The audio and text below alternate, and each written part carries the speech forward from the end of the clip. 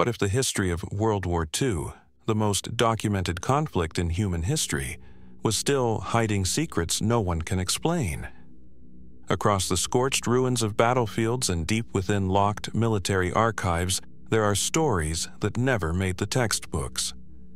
Vanishing battalions that disappeared without a trace. Encrypted messages no one has ever cracked. Strange artifacts discovered in bunkers long after the war was over, sealed behind walls that were never meant to be opened, and whispers of covert experiments that challenge the very limits of science, morality, and reason. This isn't the history you think you know, it's the shadow beneath it. Because even in a war defined by chaos and global destruction, there were moments so bizarre, so chillingly precise, or utterly inexplicable, that they raise more questions than answers. So sit back, clear your mind, and get ready to journey through the forgotten corners of World War II, the mysteries that remain buried, waiting for someone to finally notice. Let's begin. Deep within the opulent corridors of the Catherine Palace near St. Petersburg, a room once shimmered like a frozen sunrise. Its walls were not of marble or gold, but of something far more delicate and infinitely more rare. Amber. Glowing honey-gold panels, inlaid with intricate mosaics and gilded carvings, reflected the flickering light of chandeliers in a dazzling display of warmth and wonder. It was a chamber unlike any other in the world, a masterpiece of Baroque art and craftsmanship, hailed by many as the eighth wonder of the world. This was the Amber Room. Constructed in the early 18th century in Prussia and later gifted to Peter the Great of Russia as a gesture of diplomacy, the room was dismantled and reassembled within the Russian imperial palace. Over time, it became a symbol of cultural grandeur, a fusion of political alliance and artistic brilliance, carefully maintained for over 2 centuries. But in 1941, everything changed. As German forces advanced into Soviet territory during World War II, the Amber Room became a target. Despite Russian efforts to conceal it behind wallpaper and protective coverings, the Nazis knew precisely what they were looking for. The room was looted, disassembled piece by piece, and shipped to Königsberg in East Prussia, present-day Kaliningrad. There, it was reportedly installed in Königsberg Castle, where it remained on display for a time, until the bombs began to fall. By 1945, Königsberg was a city under siege. Bombed by the Allies and later overtaken by the Red Army, its historic core was reduced to ruins, and within those crumbling stones the Amber Room simply vanished. No trace, no panels, no photographs of its destruction. Just silence and the yawning absence of something once so luminous. Where did it go? Theories abound. Some believe it was destroyed in the Allied bombings, reduced to ash in the fires that consumed the castle. But amber, though delicate, is surprisingly resilient, and no remnants were ever conclusively found. Others are convinced that the Nazis, knowing the end was near, hid the panels in underground bunkers or secret railway tunnels, somewhere safe, awaiting a Reich that never rose again. There are whispers of hidden train cars buried in the forests of Poland, of sunken ships at the bottom of the Baltic Sea, of sealed salt mines in Germany and unexplored caverns in the Czech Republic. Even rumors of a concealed cache beneath a lake bed, carefully drained before the room was entombed in darkness. The leads are many, yet none have yielded proof. And then there are stranger possibilities. Could elements of the room have been scattered, sold, or smuggled into private collections? Could the amber, altered or reshaped, still exist in plain sight, its origin forgotten? Or is the entire room waiting, whole and untouched, behind a wall that no one has thought to break? Over the decades, treasure hunters, historians, and intelligence agencies alike have searched for it. A few pieces have surfaced. A Florentine mosaic panel, believed to be part of the original room, was returned to Russia in 2000 after surfacing in Germany. But the panel alone answers nothing. It only deepens the mystery. Why was it separated from the rest? Who had it for all those years? And if that piece survived, could the others? In 2003, a full-scale reconstruction of the Amber Room was unveiled in the Catherine Palace, painstakingly recreated by Russian artisans using the same techniques and materials. It is a triumph of modern craftsmanship, but also a memorial to the unknown. Because the original, the true Amber Room, remains a ghost. Its fate unsolved, its story unfinished. What is it about this room that continues to captivate the world? Is it the beauty of the amber, fossilized resin that holds the light of ancient forests within it? Is it the symbolism, the cultural theft, the wartime loss, the desire to reclaim something irretrievably taken? Or is it something more intangible? The idea that history, no matter how carefully recorded, still holds spaces that defy explanation. Today, when you walk the halls of the Catherine Palace and gaze upon the reconstructed Amber Room, you're seeing not only a tribute to what once was, but a question carved in silence. A question that asks, can beauty vanish so completely? And if it hasn't, where, even now, does the Amber Room glow in the dark? As we move deeper into the shadows of World War II, we leave behind the glow of the lost Amber Room and turn our gaze to the mist-shrouded forests of Lower Silesia, where legends whisper of steel rails, sealed tunnels, and a train that vanished beneath the earth. The landscape is calm now. Pine trees stand like quiet sentinels over the rolling hills near the town of Wałbrzych, in present-day Poland. But in the final desperate months of 1945, this land was a corridor of retreat. As the Red Army surged westward, the German war machine began to crumble, taking with it not just lives and soldiers, but secrets. Among them, perhaps, a train heavy with stolen gold, priceless art, and documents never meant to be seen again. They call it the Nazi Gold Train. The story begins, as so many wartime legends do, with a murmur. A soldier's confession, a local rumor, a map passed hand to hand. According to these accounts, as Soviet forces closed in on Breslau, now Wrocław, high-ranking Nazi officials loaded a train with treasures looted from across occupied Europe. Bars of gold, jewelry, religious artifacts, even works of art stripped from museums, cathedrals, and Jewish homes.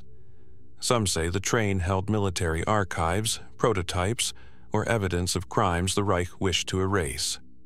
Others claim it was simply a vault on rails, a rolling treasury intended to finance the survival of the regime or bribe a path to escape. The train, it is said, departed in early 1945 under heavy SS guard, heading south along the secretive rail lines that wound through Silesia. But somewhere near Wałbrzych, it vanished. No official record marks its arrival. No confirmed wreckage was ever found. Just silence and a growing myth. What makes this mystery so persistent isn't just the story, it's the setting. During the war, the Nazis undertook vast underground construction projects in this region, particularly as part of Project Rees, a series of fortified tunnels, bunkers, and subterranean complexes carved into the Owl Mountains. Built with forced labor under inhuman conditions, many of these tunnels remain unexplored even today. They are silent, damp, and filled with echoes, and some believe that one of them hides a train. Over the years, treasure hunters, historians, and curious wanderers have followed the rumors. In 2015, the mystery reignited with international fervor when two men, a German and a Pole, claimed they had discovered the location of the fabled train using ground-penetrating radar. According to their report, they had found an anomaly. a 100-meter-long object buried beneath an embankment near the train tracks. Polish authorities cautiously confirmed the presence of a man-made structure underground. The government dispatched the military, archaeologists arrived, and news crews from around the world descended on the quiet town. Excavations began. But what they found was nothing. At least, nothing that confirmed the legend. There were signs of collapsed tunnels and disturbed soil, but no train, no gold, no vaults of stolen art. Had the train once been there, only to be moved or destroyed? Or had the story always been a mirage, a phantom born of desperation and the chaos of war's final days? The absence of evidence hasn't slowed the story. On the contrary, it has deepened the mystery. Some researchers believe the train was real, but redirected into a sealed tunnel, its entrance blown shut by retreating troops. Others point to documents from German archives hinting at movements of armored trains in the region during the same time period. A few even suggest that the entire underground complex of Project Reese was, in part, designed to hide something far greater than weapons or command posts. And then, there are more speculative claims that the train contained occult relics tied to Himmler's fascination with ancient myths, or that it carried something radioactive, intended for a superweapon that never came to be. Some even whisper about chemical or biological agents, cargo too dangerous to be revealed. But beneath all these theories lies a simpler question.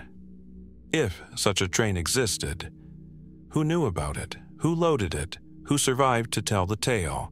The truth may lie buried not only in the soil of Silesia, but in sealed military archives, in testimonies lost to time, or in a tunnel whose entrance no one has yet found or dared to open. Today, as you walk along the old rail lines, the forest is thick and quiet.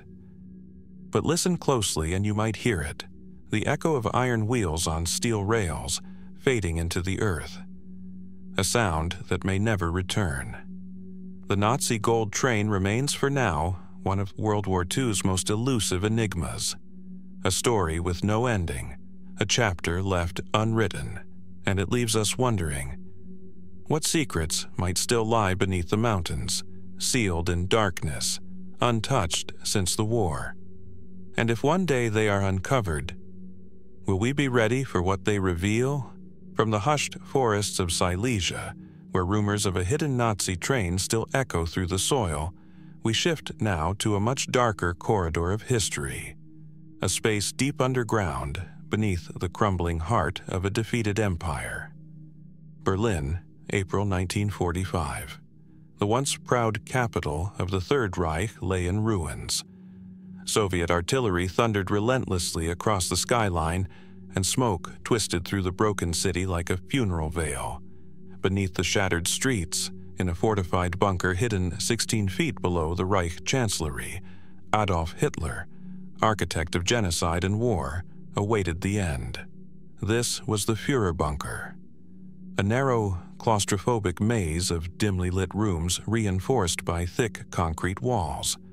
Cold, silent, and far removed from the world above, it was here that Hitler is believed to have taken his own life on April 30th.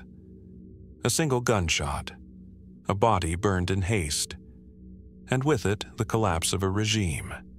That is the official version. But questions have lingered ever since. The Soviets were the first to reach the bunker.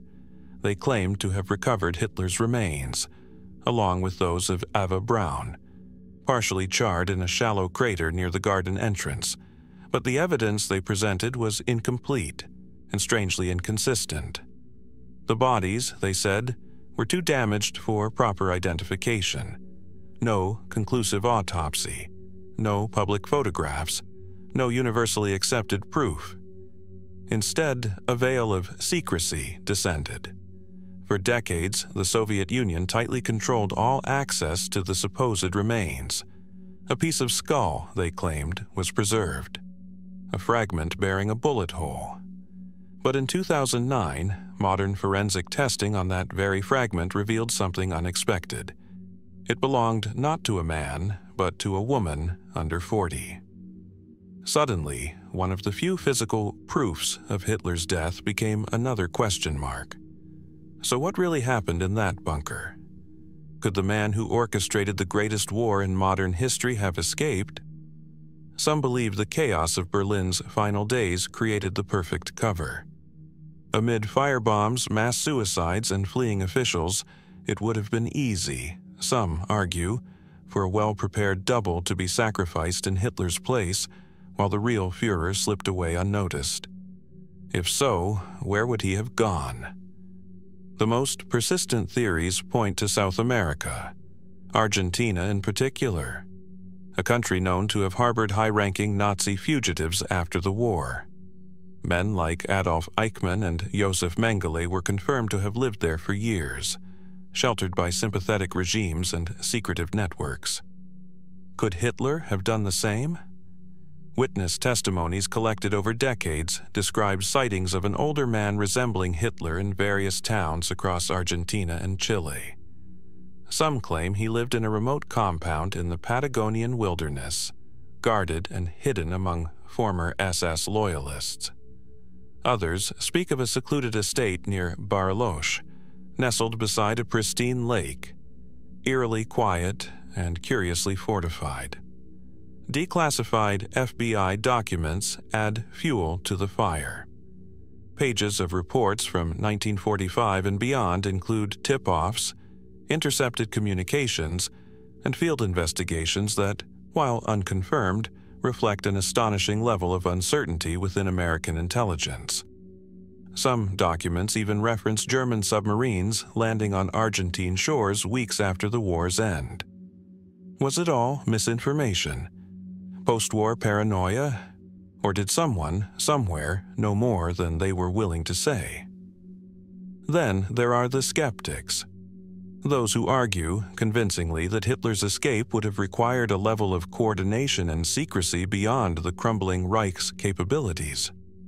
That the testimony of those present in the bunker, however contradictory in parts, largely supports the suicide narrative. That escape was not only implausible, it was unnecessary for a man already cornered, broken, and facing absolute defeat. And yet, the mystery endures, because too many threads remain loose, too many facts blurred by secrecy and time. The Soviets had every reason to withhold or distort information during the Cold War, fueling uncertainty on purpose. Western agencies, reluctant to confirm or deny too much, allowed conspiracy to flourish in the vacuum. Today, the rebuilt city of Berlin stands silent over the old bunker site. There is no marker, no monument, just a quiet parking lot, bordered by trees. Below it, the reinforced corridors where the Third Reich came to an end lie sealed and forgotten. But the question remains open. Was this truly the place where Hitler died? Or simply the last place he was seen? As the years pass and new documents emerge from the shadows, we are left to wonder. If the most infamous figure of the 20th century could disappear without a trace, what else might still lie hidden in the fog of war? As the dust settles over the final days of the Reich and the rumors of Hitler's fate fade into shadow, we turn now to something far stranger. Not a person, not a place, but a machine, if it ever existed. In the dense, pine-covered hills of Lower Silesia, near the present-day Czech border, a strange structure stands hidden among the trees. Weathered by time, overgrown with moss, and eerily out of place, it resembles a concrete cooling tower or perhaps the base of a heavy industrial crane. But it has no known purpose. Locals call it the henge, a circular framework of reinforced pillars standing like silent monoliths beneath the sky. It is here, according to post-war accounts and classified testimonies, that a secret experiment may have taken place. An experiment with a code name whispered only in fringe corners of World War II lore, Die Glocke, the bell. Descriptions vary. Some say it was roughly 9 feet tall, metallic, shaped like a large bell, and surrounded by thick power cables. Others describe glowing blue or violet light, strange radiation burns, and a pulsing hum that caused nausea, hallucinations, and even death in those who stood too close. But what was Die Glocke? The story begins, at least in the public record, with a Polish journalist and intelligence officer named Igor Witkowski, who in the early 2000s claimed to have uncovered classified documents and transcripts from a post-war SS interrogation. In those documents, a high-ranking officer named Jacob Sporenberg described a secret Nazi project conducted in a facility known only as Der Riese, the Giant. This vast underground complex, still partially unexplored, was carved into the Owl Mountains and may have been the nerve center for experimental weapons and classified technology. Witkowski's account described Die Glocke as a top-secret energy device. Powered by a mysterious red liquid codenamed Zerum 525, the machine reportedly spun at high speeds within a chamber lined with lead bricks. Test subjects exposed to it allegedly suffered horrific effects: molecular disintegration, nervous system failure, and time perception disturbances. But the nature of the bell remains elusive. Was it a prototype for a new kind of propulsion, a failed reactor, a particle accelerator, or, as some more speculative theories suggest, an experiment in anti-gravity, time manipulation, or even interdimensional travel? The Allies knew the Nazis were exploring advanced science. At the end of the war, Operation Paperclip saw American forces race to capture German scientists and research, long before the Soviets arrived. Among the men taken was Werner von Braun, who would later help design the Saturn V rocket. But what else did Allied intelligence discover, if anything, about Die Glocke? To this day, no official documentation from the Third Reich confirms the bell's existence. No blueprints, no photographs, no surviving engineers.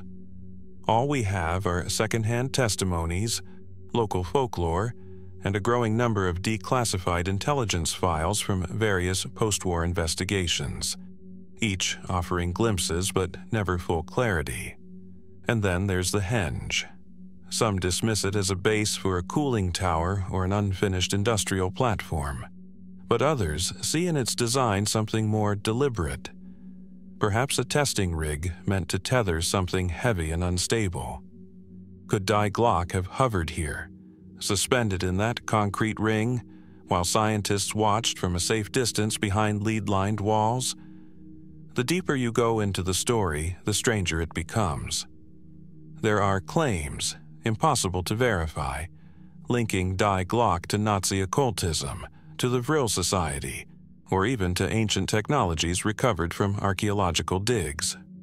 Others draw connections between Die Glocke and the infamous Kecksburg UFO Incident in Pennsylvania in 1965, where witnesses described a metallic acorn-shaped object that crashed in the woods before being swiftly removed by the military. Was it coincidence or retrieval? But for all the speculation, perhaps the most unsettling detail is the silence. After 1945, all mention of the bell vanishes. No trace of the machine has ever been found. No recovered parts, no records in Allied archives. Whatever it was, if it was, disappeared completely. Today, hikers sometimes stumble upon the henge, unaware of the stories surrounding it. There are no signs, no fences, just quiet, broken stone in a clearing, and the wind through the trees. And in that silence, the questions persist. What was Die Glocke really designed to do? Why were so many resources devoted to a project with no official legacy? And if it truly succeeded, if even part of the rumors are true, what happened in those final days that made it vanish without a trace? Sometimes history does not leave behind ruins or relics. sometimes it leaves behind only an echo. And in the case of Glocke, it is a sound no one has ever been able to explain. Beneath the cold gray skies of northern France, a strange formation appeared along a rural road in 1944. Row upon row of tanks stood poised in the fields, hulking shapes cast in shadows and mud. Trucks rolled past with clattering noise. Soldiers moved quickly through makeshift camps, and radio operators barked orders through the crackle of static. But as night fell and the mist thickened, something strange began to happen. The tanks deflated. The trucks fell silent, and the soldiers disappeared. This wasn't the spearhead of General George S. Patton's fearsome Third Army. It was a mirage, an illusion crafted not from steel and firepower but from canvas, paint, and sound. It was the work of the 23rd Headquarters Special Troops, an elite and secretive unit better known by the name whispered in military corridors long after the war ended, the Ghost Army. Formed in 1944, the Ghost Army was composed of artists, sound engineers, actors, and architects. More than 1,000 men whose battlefield weapons were deception and misdirection. Their mission was simple in purpose, yet extraordinarily complex in execution: to fool the enemy into believing in armies that weren't there, to shape shadows, to manipulate perception, to fight not with bullets, but with illusion, using inflatable tanks and artillery, carefully painted camouflage, scripted soundscapes, and fake radio transmissions. They crafted elaborate decoys that mimicked the appearance and noise of entire divisions. Their operations were often carried out just miles from the front lines, close enough for German reconnaissance planes to glimpse their handiwork, but just far enough to remain out of reach. One of their most daring deceptions came in the lead-up to the crossing of the Rhine River in 1945. While real combat troops prepared a surprise assault, the Ghost Army staged a fake buildup dozens of miles away, complete with sound recordings of tanks moving, bridge building, and shouted orders. The ruse worked. German forces diverted their defenses, and the Allied assault proceeded with fewer casualties than expected. But for decades, the story of the Ghost Army remained buried beneath layers of classified documents and forgotten reports. Their work, though vital, was deemed too secret to share, even with the soldiers they were protecting. Many who served in the unit were sworn to silence. It wasn't until the 1990s that their story began to emerge in public view, pieced together from personal diaries, military archives, and scattered interviews. Still, questions linger. How much of what the Ghost Army did was known even to the highest-ranking generals? How far did their operations reach? Were there missions that never made it into the official records? Some researchers believe the unit may have been involved in pre-invasion deceptions far earlier than previously thought, perhaps even tied to the broader Operation Bodyguard, the massive Allied effort to mislead Hitler about the timing and location of the D-Day landings. Others suggest the Ghost Army's techniques weren't just tactical, they were psychological. By manipulating the German command's sense of reality, they planted seeds of doubt that eroded confidence and clarity. Could such deceptions have altered the course of key battles without ever firing a shot? And then there are the rumors, unconfirmed of course, of even stranger assignments. Operations that involved not just inflatable vehicles and sound rigs, but subtle psychological manipulation, the spreading of ghost stories, the staging of strange symbols or abandoned gear designed to confuse, frighten, or mislead retreating German troops. Could the Ghost Army have blurred the line between strategic deception and psychological warfare? In many ways, they were artists disguised as soldiers. Some would go on to become celebrated painters, designers, and architects after the war. But during those brief, critical months, their canvas was the battlefield. Their brushstrokes were shadows and echoes, and their legacy is something that remains partly hidden even today. The fields where their illusions once stood have long returned to silence. There are no markers, no monuments to their specific locations, only the lingering knowledge that in the war's most chaotic moments, not every army that moved was real. So we are left to ask, what else did the Ghost Army create, then carefully erase? What plans, what prototypes, what unfinished illusions might still be stored away in old crates or locked archives? And if we could see through the veil they once cast over Europe's fields, what strange truths might still lie beneath the surface, quiet, invisible, and waiting to be discovered? As the last echoes of inflatable tanks and sonic deception fade from the war-torn fields of Europe, our journey takes a sharp turn toward the bottom of the world. Antarctica, a continent of silence, white, endless, untouched, a frozen expanse of ancient ice and howling wind, where even the sun disappears for months at a time. It is here, among the towering glaciers and icy plateaus, that one of the strangest military missions in modern history unfolded. A mission cloaked in mystery, contradiction, and enduring speculation. It was called Operation Highjump. Officially launched in August of 1946, just 1 year after the end of World War II, Operation Highjump was one of the largest Antarctic expeditions ever assembled.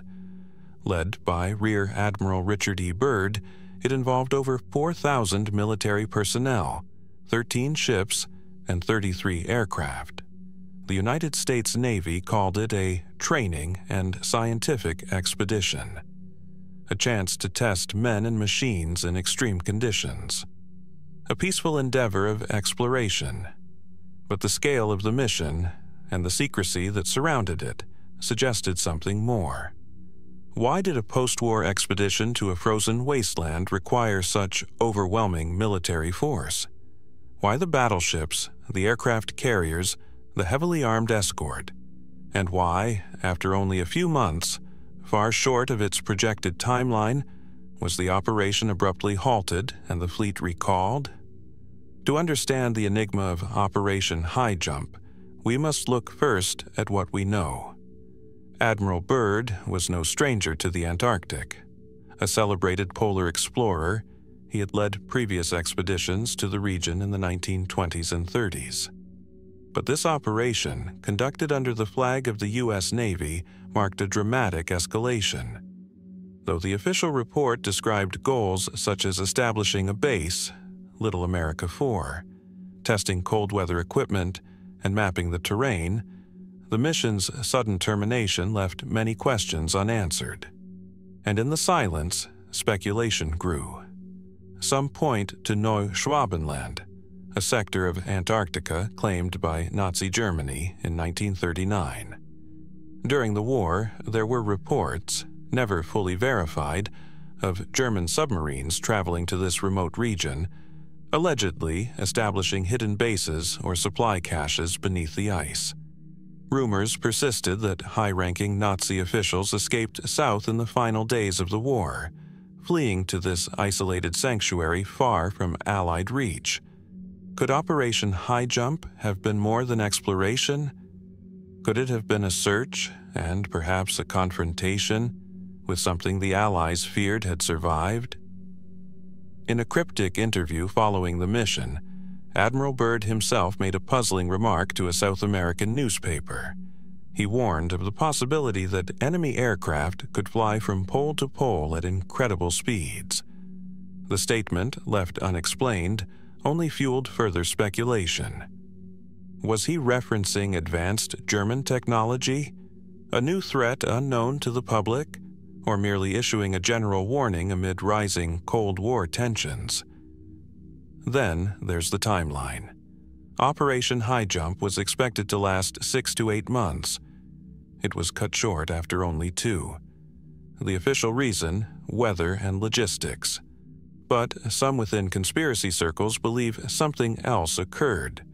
An encounter, a discovery, or perhaps a decision to leave something undisturbed. The more speculative theories are varied and far-reaching. Some believe that remnants of the Nazi regime had continued secret experiments in the Antarctic, developing advanced propulsion technology, perhaps linked to the same scientific fringe that birthed legends like Die Glocke, the Nazi bell. Others claim that underground caverns in Antarctica hide not just human secrets, but older, deeper ones, artifacts, ruins, or civilizations lost to time. There are even claims, unsupported by verifiable evidence, of mysterious aerial sightings during the expedition. Lights moving unnaturally, equipment failure, aircraft that never returned. It's important to distinguish fact from fiction. No conclusive evidence has ever emerged proving the existence of Nazi bases in Antarctica. No direct confrontation was recorded. And yet, Operation Highjump remains a puzzle not because of what we know, but because of what we still don't. Why the urgency? Why the military scale? And why has so little of the mission's raw footage, data, and field notes ever reached the public? Today, the icy expanse of Antarctica remains as impenetrable as ever. Modern satellite imagery has opened up much of the continent's surface, but the depths beneath the ice remain largely unexplored. Tunnels carved by geothermal heat, subglacial lakes sealed for millions of years, entire ecosystems and perhaps secrets locked in frozen stillness. And so we ask, what, if anything, was discovered during those weeks in 1946? Was Operation Highjump merely a test of cold weather endurance, or something far more cautious? A probe into shadows no one was prepared to face. The ice holds its silence well. But somewhere beneath that frozen horizon, a story may still be waiting to be told. From the icebound silence of Antarctica, where the true mission of Operation Highjump remains frozen in secrecy, we now journey to a place of dense heat and impenetrable foliage, where myths of buried treasure cling to the roots of the earth like vines. A place where gold, blood, and silence seem forever entangled. The Philippines. Here, deep in the mountains of Luzon, in dark caves and narrow shafts hidden beneath the jungle canopy, legend speaks of a treasure so vast it defies comprehension. Crates of gold bars stacked like bricks, jewel-encrusted artifacts, and priceless religious relics looted from across Asia. They call it Yamashita's gold. The story begins in the final years of World War II, as Japan's empire crumbled and Allied forces closed in on the Pacific. General Tomoyuki Yamashita, known as the Tiger of Malaya, was tasked with defending the Philippines from invasion. But according to persistent accounts, many of which have never been officially verified, he was also entrusted with protecting something else: the hidden spoils of an empire's relentless expansion. From the fall of Singapore to the looting of Burma, Thailand, and China, Japan's forces had plundered countless palaces, temples, and banks. The wealth, gold, jewels, ivory, sacred scrolls, was reportedly transported to the Philippines, intended to be shipped back to the Japanese mainland. But as the Allies advanced, the plan changed. Instead of evacuation, the treasure was buried. According to these accounts, Japanese engineers, under the supervision of high-ranking military officials and even members of the imperial family, began hiding the treasure in elaborate underground complexes. Fortified tunnels, booby-trapped caverns, and sealed vaults. Some were allegedly rigged with explosives, others flooded intentionally. In many versions of the story, the workers who built these hiding places were executed to keep the locations secret. By the time General Yamashita surrendered in 1945, the treasure had vanished. Was it truly hidden, or did it ever exist? For decades, treasure hunters, intelligence agents and fortune seekers have tried to answer that question. In the 1970s, a Filipino locksmith named Rogelio Roxas claimed that he had found one of the vaults beneath Baguio City. What he described was astonishing. A golden Buddha, hollow and filled with diamonds, along with stacks of gold bars. But after showing the treasure to intermediaries, Roxas was allegedly arrested. The Buddha disappeared, the gold vanished, and Roxas would later accuse then-President Ferdinand Marcos of seizing the loot. The case led to a dramatic legal battle in Hawaii, where a U.S. court in 1996 ruled in favor of Roxas's estate, acknowledging that the treasure likely existed and had indeed been taken. But how much was really found, and was it only a fraction of something far greater? Some historians dismiss the legend entirely, arguing that it lacks documentation, that no Allied intelligence reports, no captured Japanese records, and no testimony from Yamashita himself mention any such treasure. They point to the fog of war, the spread of rumor, and the human desire to believe in hidden riches. Yet others remain unconvinced by the skeptics. Over the years, maps have surfaced. Testimonies from former soldiers, Japanese and Filipino, have hinted at secret burial sites marked by obscure symbols, unusual land purchases, unexplained military interest in certain areas, and even alleged satellite scans showing geometric voids beneath the jungle have only deepened the intrigue. Why would so many continue the search if there was truly nothing to find? Some believe the treasure was never meant to be recovered, that it was a symbolic sacrifice. Wealth hidden forever, unreachable by enemy hands. Others argue that much of it was found, but quietly. That governments, including the United States, may have secretly retrieved portions of the hoard during the early Cold War, using it to fund covert operations or political campaigns. And then there are the more speculative claims that the treasure included sacred artifacts looted from ancient dynasties, or even pre-modern relics passed through empires for centuries. That what's buried beneath the Philippines is more than just gold. It's history itself, sealed in darkness. Today, the jungles of Luzon are as dense and silent as ever. The air is thick, the terrain unforgiving. Some caves are marked on no map. Others have collapsed, perhaps sealing their secrets forever. The promise of Yamashita's gold continues to lure the curious and the obsessed. But the deeper question remains. If the treasure is real, who buried it? And who, if anyone, has already found it? And if it has yet to be uncovered, what stories, what truths, and what consequences might lie waiting beneath the soil? Some mysteries fade with time. Others, like the legend of Yamashita's gold, seem only to grow stronger, buried not just in the earth, but in the spaces between what we know and what we dare to believe. From the jungles of Luzon and the long-lost trail of Yamashita's gold, we step now into a stranger world, one less tangible, less easily traced on a map. A world of symbols, rituals, and ideology. A realm where myth and power entwined in ways historians still struggle to explain. Germany, 1930s.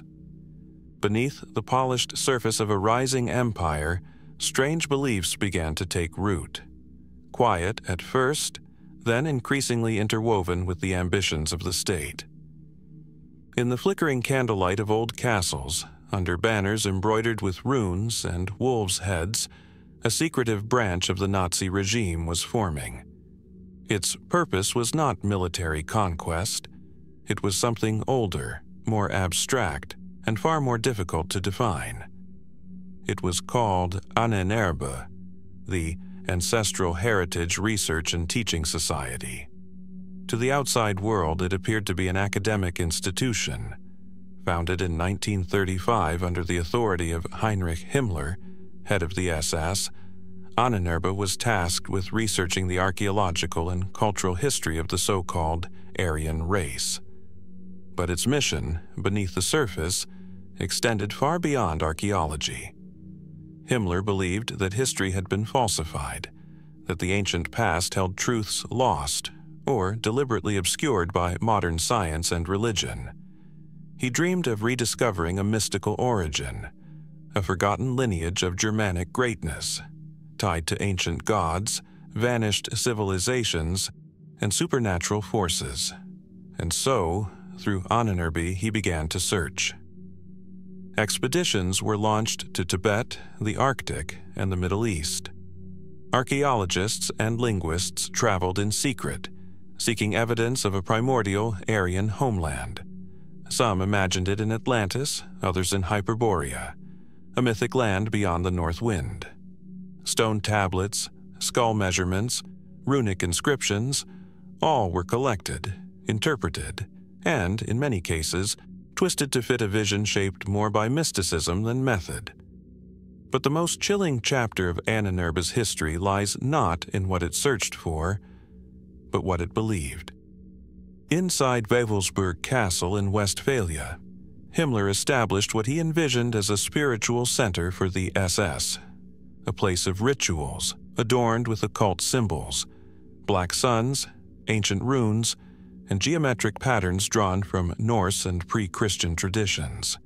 He imagined a new knightly order rising from its halls, bound by blood, secrecy, and destiny. What took place inside those stone walls? Were there rituals, ceremonies, attempts to summon forces beyond the physical? The records are incomplete.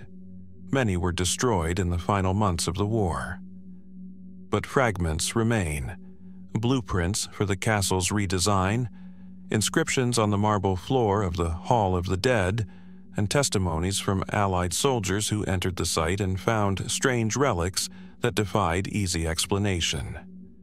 Was it simply symbolic theater? A misguided attempt to resurrect a glorified past through pageantry and pseudoscience? Or was there something more? Some accounts, though impossible to verify, suggest that the Nazi occult division was not merely researching myths, but trying to harness them.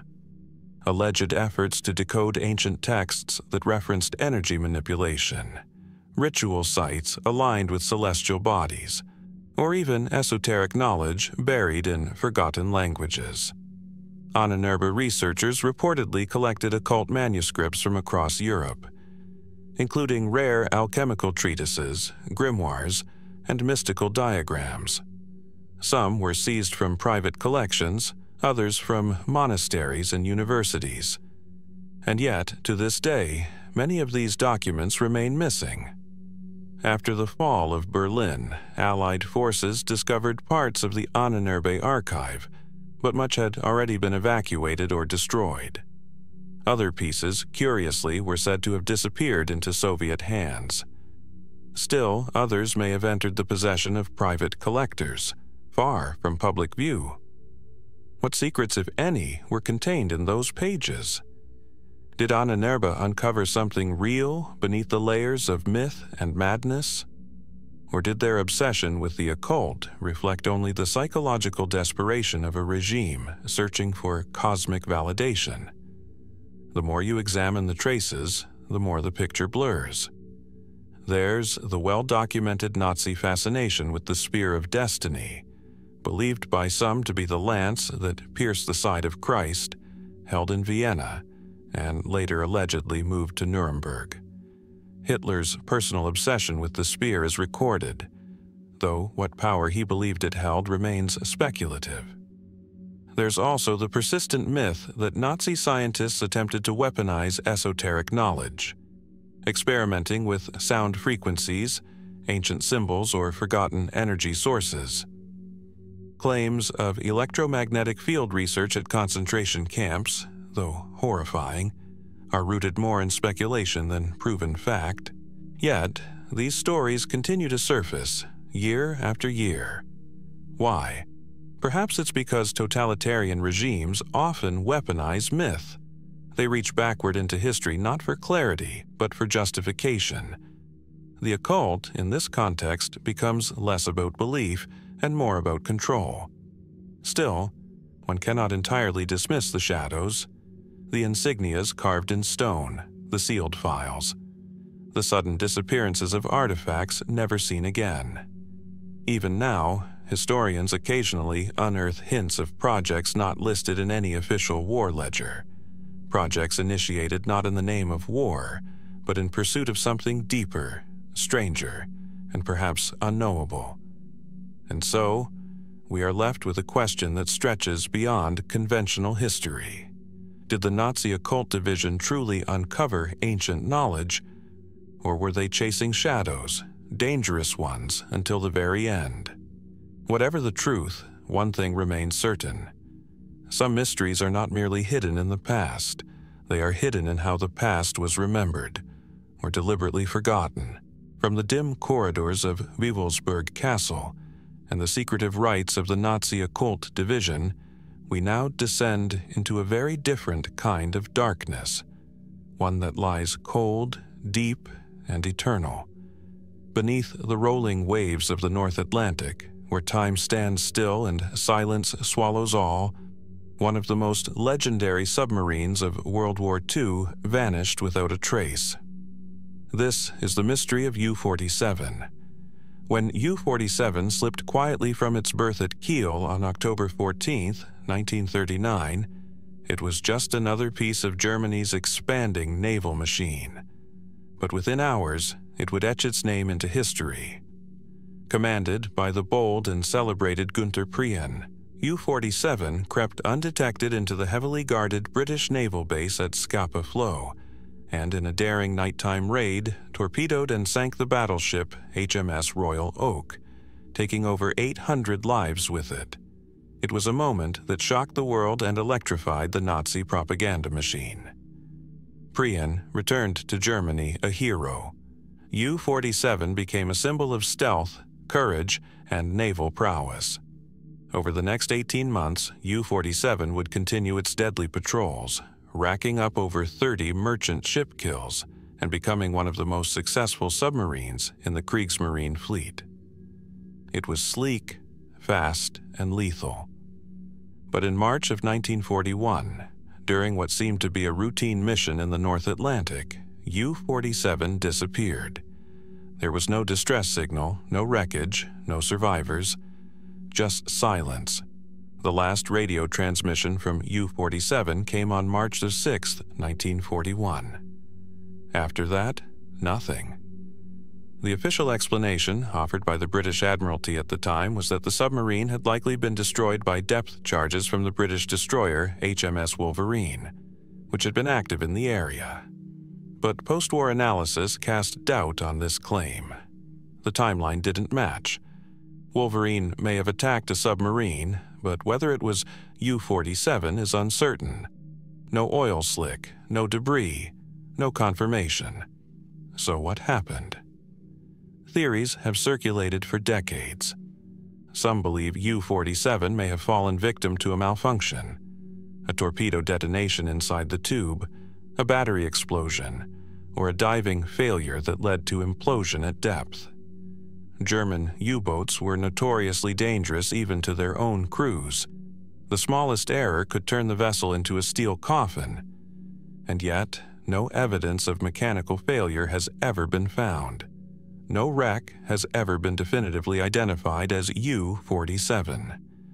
Others suggest that the submarine may have been attacked by an Allied aircraft, its demise swift and undocumented in the confusion of the open sea. But again, no logs, no wreck, no bodies. More speculative theories begin to emerge in the gaps left behind.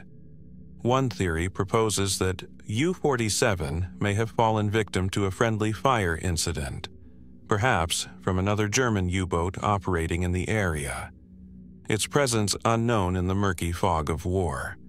But such mistakes, while possible, would likely have left some trace, an intercepted transmission, a report filed in confusion. Yet none surfaced. And then there are those who suggest that U-47's mission that March wasn't routine at all. According to some researchers, the submarine may have been carrying more than torpedoes. It may have been on a special operation, perhaps linked to the transport of high-ranking officials, confidential documents, or experimental technology.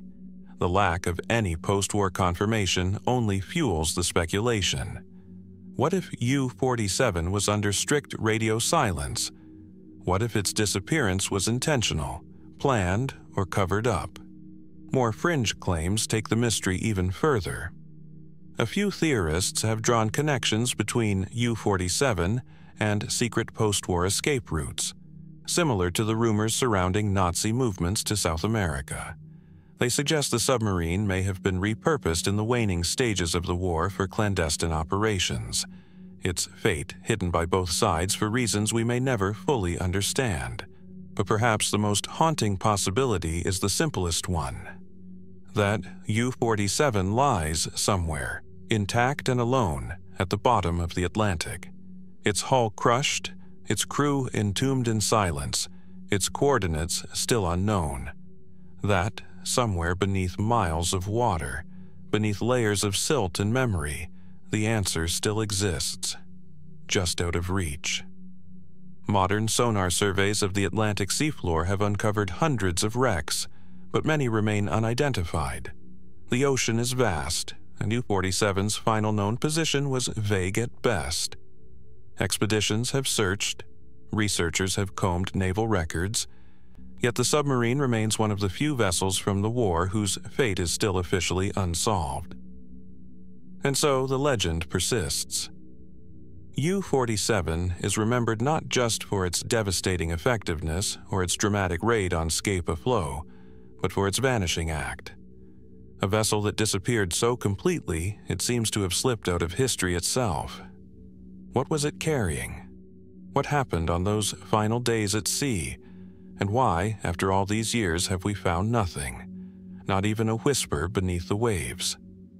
Sometimes war leaves behind ruins. Other times it leaves only questions. And beneath the cold, black depths of the Atlantic, the shadow of U-47 continues to drift in silence. A ghost in the deep, waiting to be found. After tracing the silent depths where U-47 disappeared into the Atlantic, we turn our eyes upward, to the skies above Europe and the Pacific, where a different kind of mystery unfolded. It wasn't hidden in shadows or lost to time. It was seen, chased, reported, but never explained. They called them Foo Fighters, glowing orbs, dancing lights, flickering shapes that followed Allied pilots through the air, sometimes for minutes at a time. They didn't attack, they didn't communicate. They simply appeared, defying all known laws of flight. The term was first popularized by the U.S. 415th Night Fighter Squadron in late 1944. These were elite crews, trained to intercept enemy bombers under cover of darkness. But what they encountered in the skies over Germany was unlike anything they had faced before. Imagine the cockpit of a twin-engine fighter, humming at altitude over war-blackened Europe. Searchlights sweep the sky below. Radio chatter flickers between static bursts, and then, suddenly, out of the darkness, a light appears, a bright orange sphere. It hovers near the wing, matching speed and altitude. It doesn't drift, as a flare might. It doesn't fall away like a meteor. It moves with intention, staying just out of reach, unresponsive to gunfire or evasive maneuvers. And then, just as suddenly as it appeared, it vanishes into the night.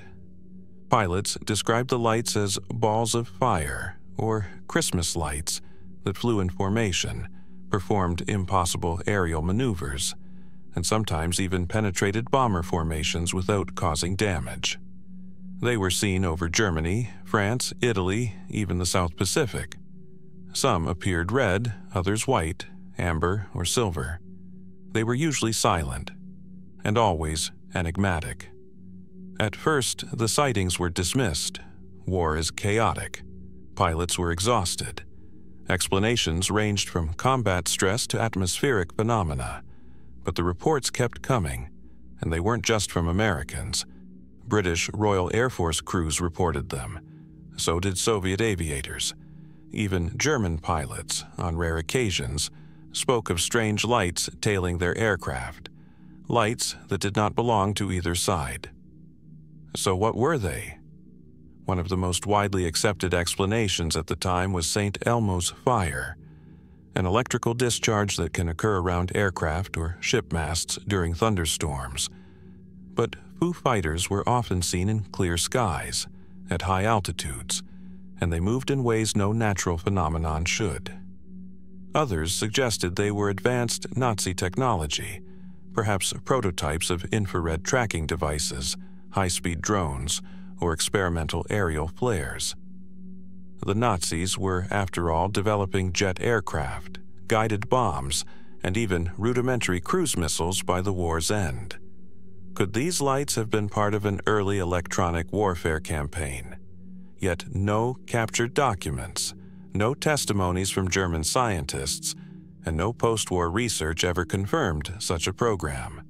Then there are the stranger theories. Some link Foo Fighters to Die Glocke, the so-called Nazi bell, theorizing that experimental propulsion systems or field-generating devices might have caused aerial anomalies.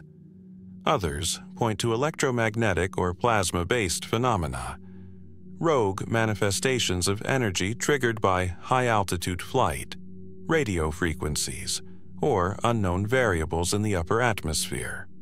And beyond that, there are those who speculate that the Foo Fighters were not of this earth at all. Not aggressive, not hostile. Simply watching. It's a claim that's been repeated in post-war decades by UFO researchers and military veterans alike. That the phenomenon wasn't invented by the Cold War, but predated it. That the skies over World War II were already being visited by something unknown. That the chaos of global conflict may have drawn attention from observers we don't yet understand. It's worth noting that these sightings occurred before the modern wave of UFO fascination, before Roswell, before radar reports and television specials. These were battle-hardened pilots, trained to read the sky with precision. Many of them kept silent until decades later, not because they were silenced, but because they feared ridicule. And yet, across different squadrons, in different theaters of war, the descriptions were remarkably consistent. In the decades since, no conclusive explanation has emerged. Declassified military documents reference the phenomenon but offer no answers. The post-war scientific community largely avoided the topic, and even modern investigations have failed to reproduce or track any such objects with certainty. But the reports remain, unresolved, unexplained. Foo Fighters are one of the rare wartime mysteries that left no wreckage, no missing persons, no encrypted files, just testimony, visual confirmation, and a silence that seems too deliberate to dismiss. So we ask, what did these pilots really see in the skies?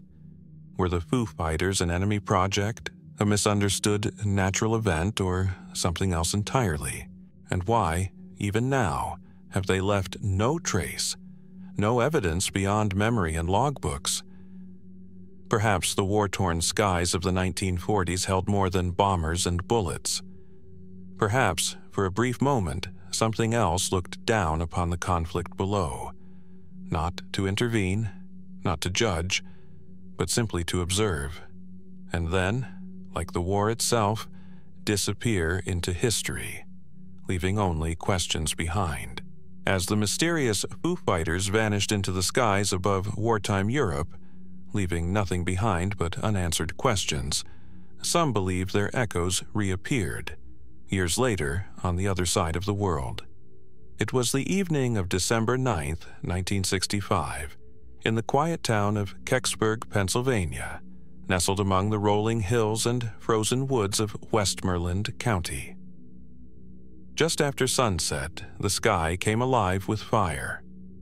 Witnesses across 6 U.S. states and parts of Canada reported seeing a blazing object streak across the horizon. A fiery trail that lit up the dusk, moving silently at first, then with a deep, resonant rumble. Some thought it was a meteor, others a crashing aircraft. But what came next was stranger still. In Kecksburg, a few miles from the center of town, residents claimed the object came down in the woods, not with an explosion, but a controlled descent. Some said they saw blue smoke rising between the trees. Others described a metallic acorn-shaped object, large and heavy, partially embedded in the earth, its surface engraved with strange markings that resembled hieroglyphs or symbols no one could read. Then came the military. Within hours, the area was cordoned off. U.S. Army trucks arrived. Soldiers were seen entering the woods. Civilian onlookers were turned away. Cameras were reportedly confiscated. By nightfall, the object, if it had been there, was gone. Hauled away under a tarp, some say, in the back of a military flatbed truck. No photographs, no wreckage left behind, just stories, witnesses, silence. So what crashed or landed in Kecksburg that night? The U.S. government's official position was that nothing of significance was found. At various points, it was suggested that the fireball had been a meteorite, or perhaps the decay of a Soviet satellite, Cosmos 96, launched just days earlier. But records later revealed that Cosmos 96 had re-entered Earth's atmosphere over Canada much earlier than the Kecksburg event. The trajectories didn't match. The timelines didn't fit. If it wasn't a satellite and it wasn't a meteor, then what was it? Some researchers believe it may have been a classified military vehicle, a prototype re-entry capsule or an experimental spy satellite.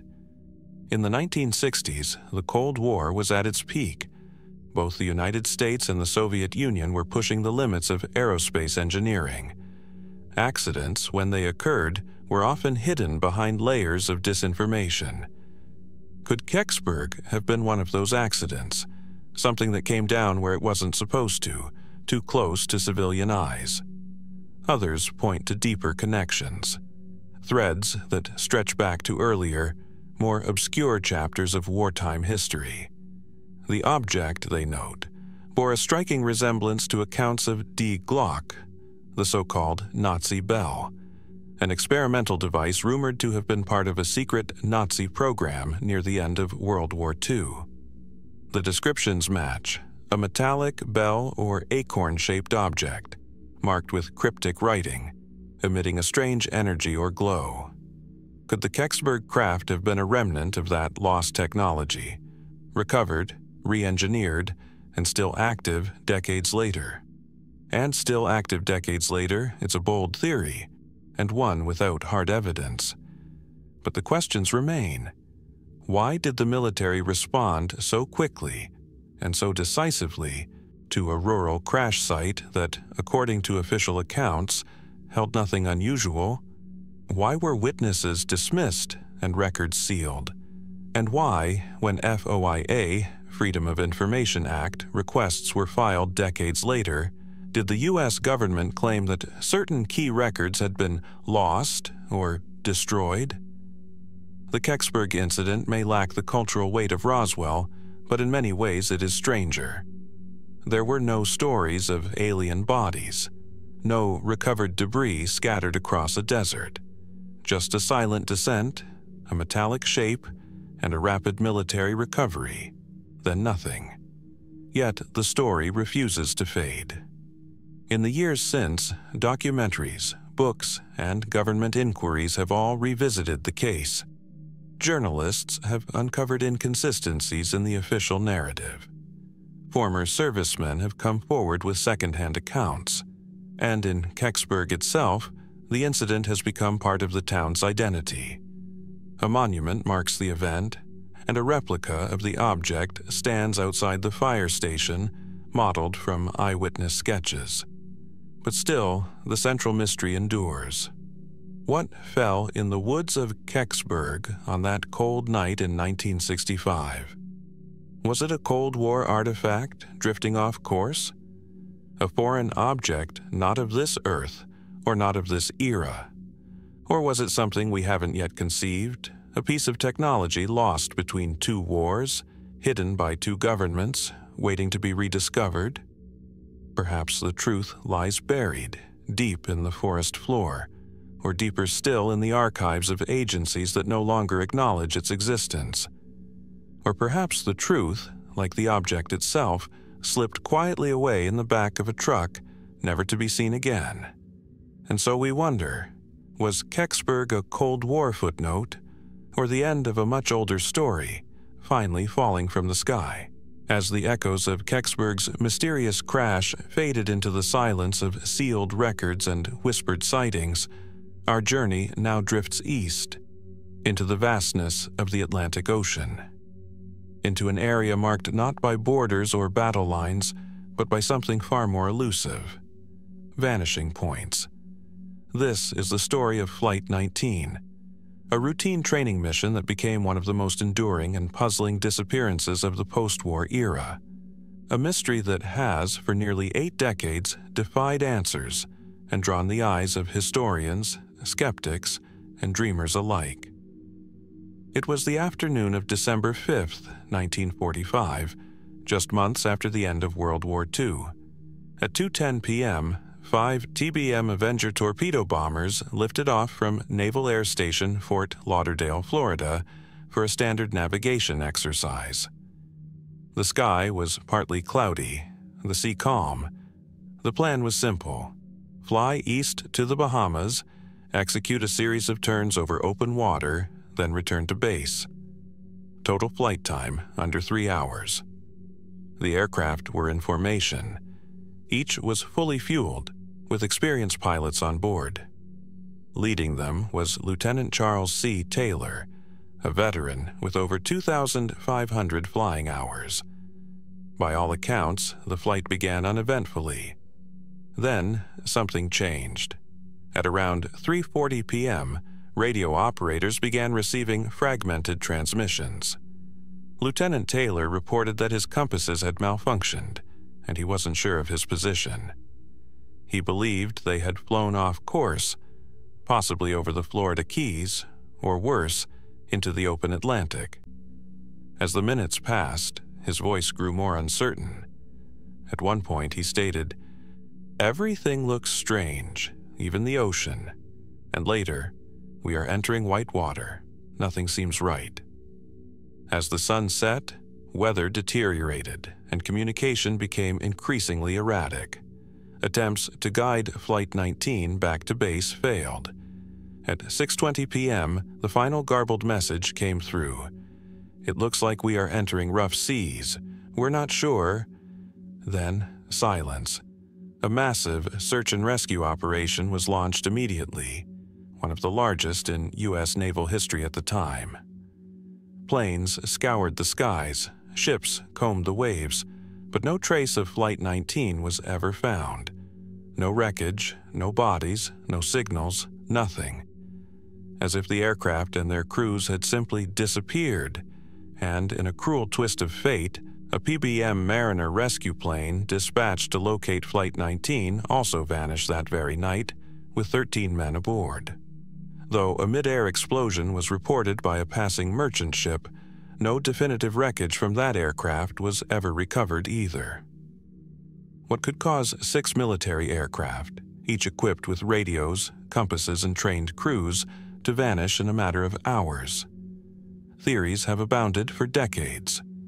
The most conventional explanation suggests navigational error, that Taylor, confused by faulty instruments or disoriented by changing weather, led the flight too far east, out over the Atlantic, where fuel eventually ran out, forcing the planes to ditch into the sea.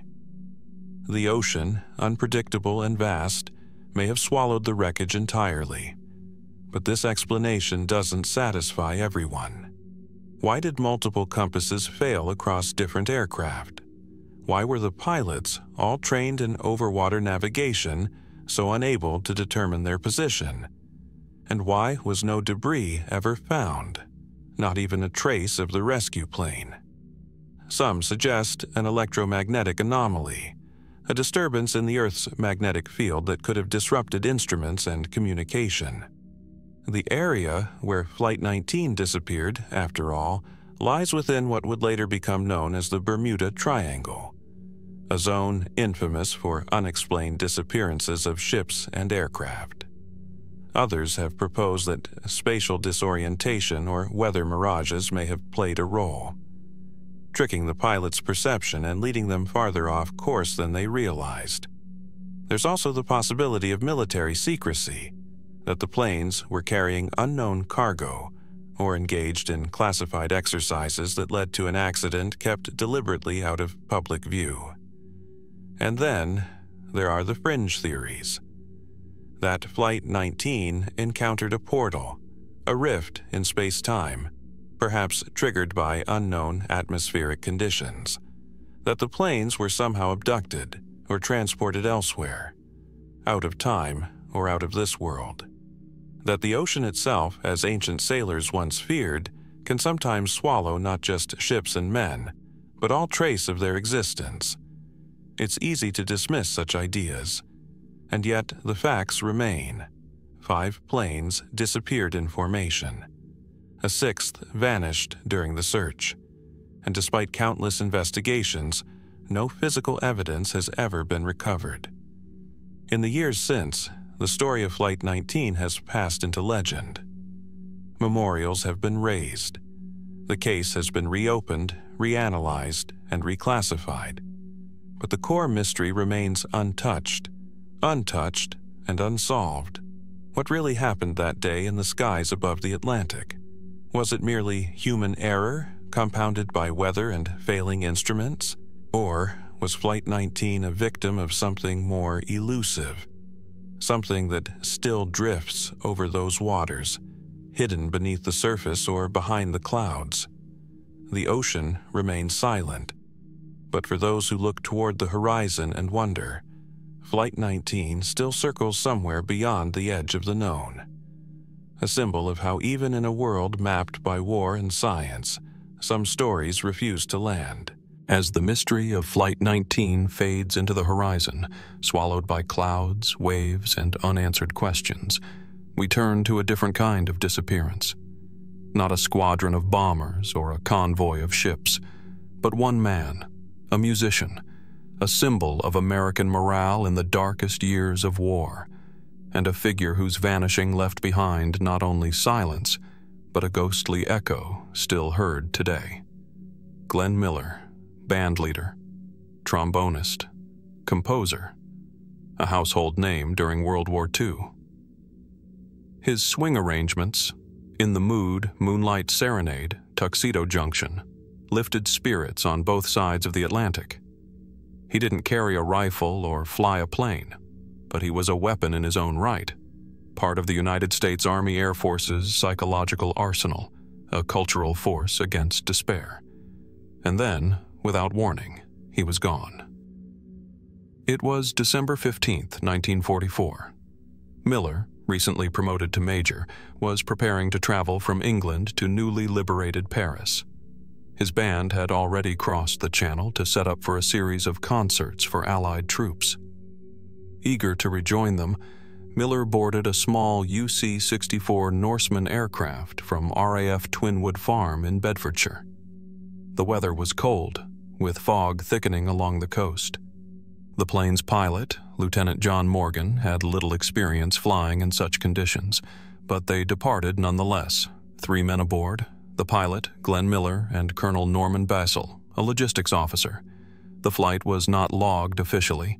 No flight plan was filed with Central Air Traffic, and the Norseman never arrived. No Mayday call, no wreckage recovered, no trace ever found. So what happened to Glenn Miller?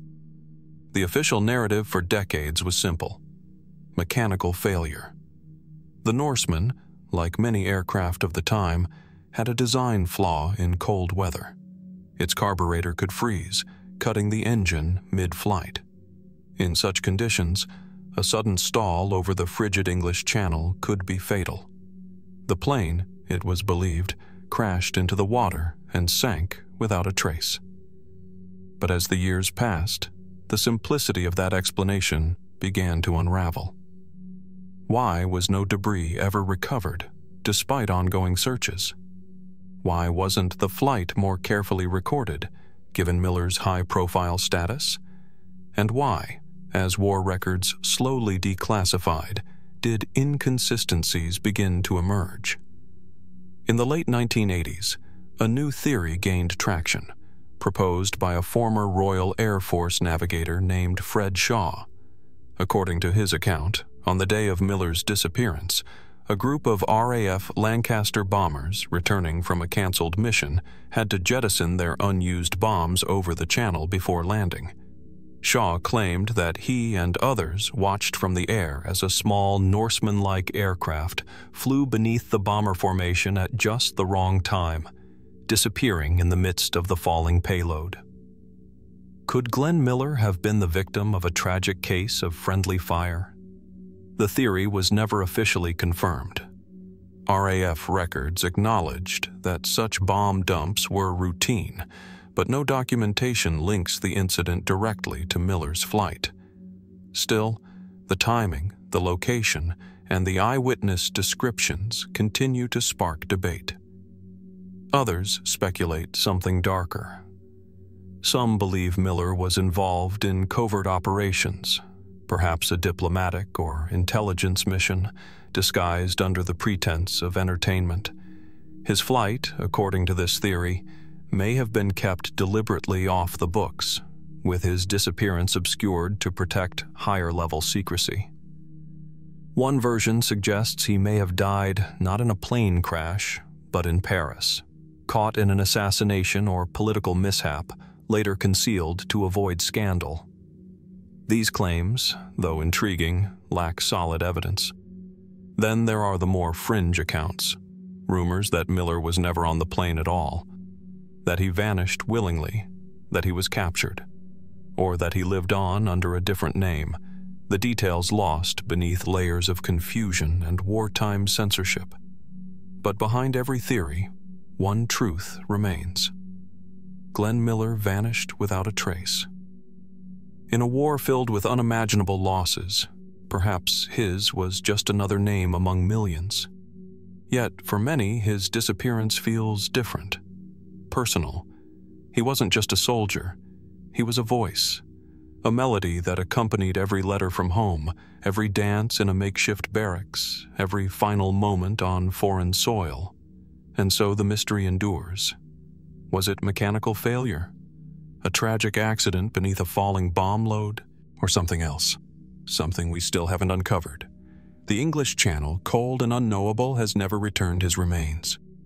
But Glenn Miller's music still floats on the air, ageless, unbroken. A sound that outlived the war. And perhaps a clue to a story not yet fully told. As the sound of Glenn Miller's vanished melody fades into wartime silence, we leave the skies and seas behind and descend into the heart of the Austrian Alps, into a forest so thick and undisturbed it seems to have slipped outside the flow of time itself. Nestled deep within the rugged Salzkammergut region lies Lake Toplitz, a long, narrow body of water surrounded by towering pines and steep rock faces, hidden far from any major road. Its surface is often calm, glass-like, reflecting nothing but the stillness of the alpine wilderness. But beneath that calm exterior lies one of the most enduring and enigmatic mysteries of World War II. What did the Nazis sink into the depths of Lake Toplitz? It's a question that has drawn divers, historians, and adventurers for nearly 80 years. The facts begin with the final months of the war. In 1944 and 1945, as the Third Reich crumbled and Allied forces closed in on Berlin, Nazi officials began frantically hiding documents, wealth, and artifacts across Europe. Castles, caves, and salt mines became makeshift vaults. Train cars were loaded with stolen art. And in the isolated forests of Austria, some say the last secrets of the regime were slipped beneath the surface of Lake Toplitz. In the years that followed, locals told of strange convoys heading into the woods. trucks arriving under cover of night, men in uniform unloading heavy crates and pushing them out onto boats, only to return empty. There were whispers that orders had come from high-ranking SS officers. And then, silence. In 1959, an Austrian diving expedition brought the legend into the international spotlight. Braving the lake's treacherous depths, divers recovered an astonishing haul, boxes filled with perfectly forged British pound notes, millions in fake currency created as part of Operation Bernhard, a Nazi plan to destabilize the British economy. The operation, led by SS Major Bernhard Kruger, employed skilled forgers and concentration camp prisoners to produce counterfeit bills so convincing they could fool even bank inspectors. The plan was ultimately never deployed on a large scale, but the discovery of these bills in Lake Toplitz confirmed that the Nazis had indeed used the lake as a dumping ground. And it raised an even more tantalizing question. What else lies down there? The lake's structure is unusual. At roughly 100 meters deep, it is layered in distinct strata.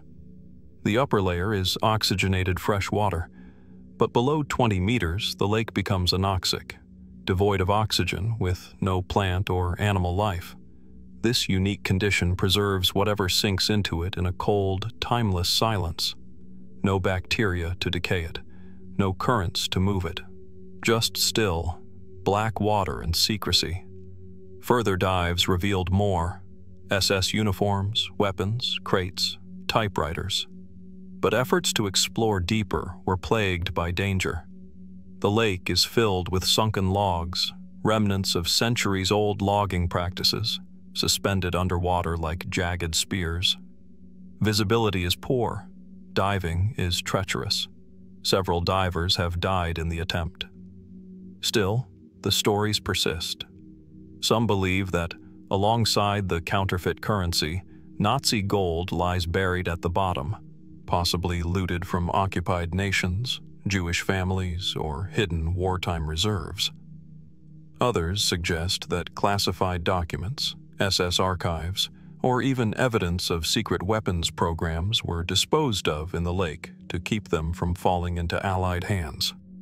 A more speculative theory links the lake to mythical or occult artifacts, drawing a line between Lake Toplitz and Himmler's obsession with Germanic mysticism and hidden knowledge. Could the lake conceal relics tied to Ahnenerbe missions, or symbols of Nazi esotericism? There is no proof, but the absence of evidence has only fueled fascination. There are even claims, largely unverified, that US and Soviet intelligence operatives conducted covert dives in the years after the war, extracting unknown materials and quietly retreating. If true, what might they have found? And why has it never been disclosed? Despite modern sonar and diving technology, much of the lake's bottom remains unexamined. Environmental regulations, safety concerns, and funding challenges have all slowed efforts to explore the lake comprehensively. And yet, it remains a magnet for private expeditions and international speculation. Each ripple on its surface seems to conceal another question. Why here? Why this lake, so remote and inaccessible, yet chosen for such deliberate use? What secrets were deemed too dangerous to burn, too valuable to bury, only to be drowned in silence? Today, Lake Toplitz remains as it has always been, serene, quiet, and untouched by modern development. Hikers walk its perimeter, birds call overhead, and beneath, the cold water hides a forgotten past. But the allure remains, perhaps more than treasure or artifacts.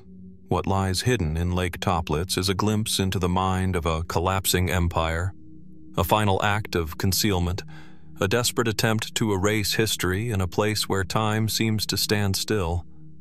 And so we wonder, what else sleeps beneath these alpine waters? And when the lake is finally drained of mystery, will the truth rise to the surface? Or will it remain as it has for decades, untouched, unseen, and unknown, As the cold waters of Lake Toplitz ripple with the weight of hidden history, we shift from submerged crates and silent depths to something far more personal. A mystery not buried in a forest or locked in a vault, but perhaps erased in plain sight. A missing document, a vanished voice, and a man who, in his final days, may have known too much. General George S. Patton was one of the most formidable and controversial figures of the Second World War. Known for his blistering speeches, unmatched battlefield tactics, and unfiltered defiance, he commanded respect and fear in equal measure.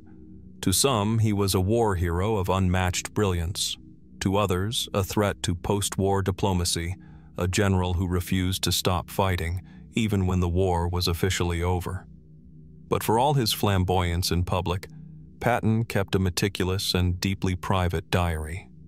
A place where thoughts flowed more freely than military orders, where frustrations, insights, and suspicions were recorded in his own hand. That diary, it is said, vanished shortly after his mysterious and untimely death in December 1945. The known events are these. On December 9th, just months after the German surrender, Patton was traveling through the American-occupied zone of Germany near Mannheim when his car was involved in a strange accident. His Cadillac collided with a U.S. Army truck in an otherwise empty intersection. Patton suffered a broken neck, leaving him paralyzed. 12 days later, he was dead. An accident. A tragedy. That's the official account. But questions soon followed. Why were the other passengers unharmed? Why was a slow-moving collision in an open road fatal only to Patton? And what happened in the days following to his personal effects, particularly his diary? Patton's family believed the diary was with him until the moment of his death. According to close aides, he was writing in it regularly during his hospital stay. But after he died, the notebook, along with several of his private letters, was never seen again. It wasn't among his returned possessions. It wasn't in military archives. And it wasn't published with the rest of his war correspondence. Where did it go? And, more importantly, what might it have said? In his final months, Patton had become increasingly vocal, both in person and in private writings, about what he saw as the failings of Allied post-war policy. He criticized the Soviet Union openly, warning of future conflict. He expressed frustration with orders to demobilize, believing that Germany should be rebuilt as a bulwark against Stalin. He questioned the morality of Operation Keelhaul, the forced repatriation of Soviet POWs, many of whom faced execution upon their return. And he made enemies, powerful ones. According to General Patton's biographers, his personal writings included sharp criticisms of military and political leaders. Some claim he hinted at knowledge of classified agreements between the Allies and the Soviets, agreements that, if exposed, could have shaken the fragile post-war balance. There are even claims that he feared he might be silenced. Did Patton's diary contain such revelations? Some believe so. Others argue that no such explosive content existed, only reflections too blunt, too politically dangerous to be preserved in the historical record. Either way, the fact remains, a key piece of one of America's most influential military minds disappeared in the immediate aftermath of his death. Over the years, bits and pieces of his journal surfaced, segments that were published or cited by historians, but they are often fragmented, incomplete.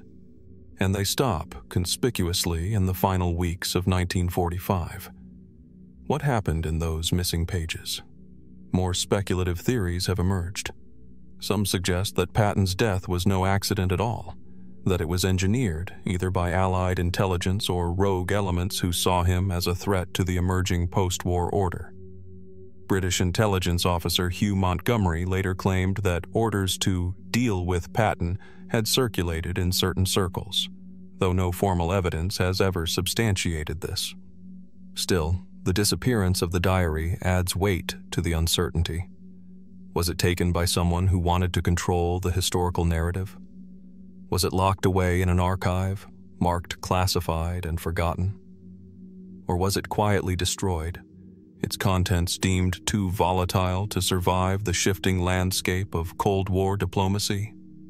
In the absence of proof, we are left with silence, but it is a silence that echoes. A brilliant strategist, a blunt critic, a man increasingly out of step with the world around him. And a voice, captured in ink, that disappeared at the very moment it may have mattered most. So we ask, what truths might have been preserved in Patton's final reflections? What warnings, what regrets, what revelations? And if that diary were to resurface, would we finally see the war's final chapter? Not as it was told, but as one of its most candid witnesses saw it? The last words of General Patton remain missing, and until they are found or confirmed lost, we are left only with the outline of a truth, and a question written not in ink, but in absence. As we reflect on the vanished words of General Patton and the silencing of one of the war's most commanding voices, we now turn to a mystery that is altogether different, quiet, strange, and deeply unsettling. A moment when something arrived, but no one did. It was the morning of November 23, 1944, in the Belgian town of Cortenville, near the city of Hasselt. The war was still raging in the skies above Europe. Allied bombers crisscrossed enemy territory, targeting factories, railways, and troop movements. The air buzzed daily with the sound of engines, the trails of fire, and the looming threat of German anti-aircraft guns. But that day, what descended from the clouds made no sound, and what was found on the ground has puzzled historians ever since. From the haze above, a B-17 Flying Fortress appeared, one of the heavy bombers that had become a symbol of American air power. To those watching from the fields below, it looked damaged, descending at an angle but surprisingly intact. Witnesses claimed its engines were still sputtering, its flaps were down, the landing gear was extended, and yet it wasn't being guided. The plane floated down, almost gently, before coming to rest in a flat, open field. There was no crash, no explosion, just a silent arrival, a ghost settling into the earth.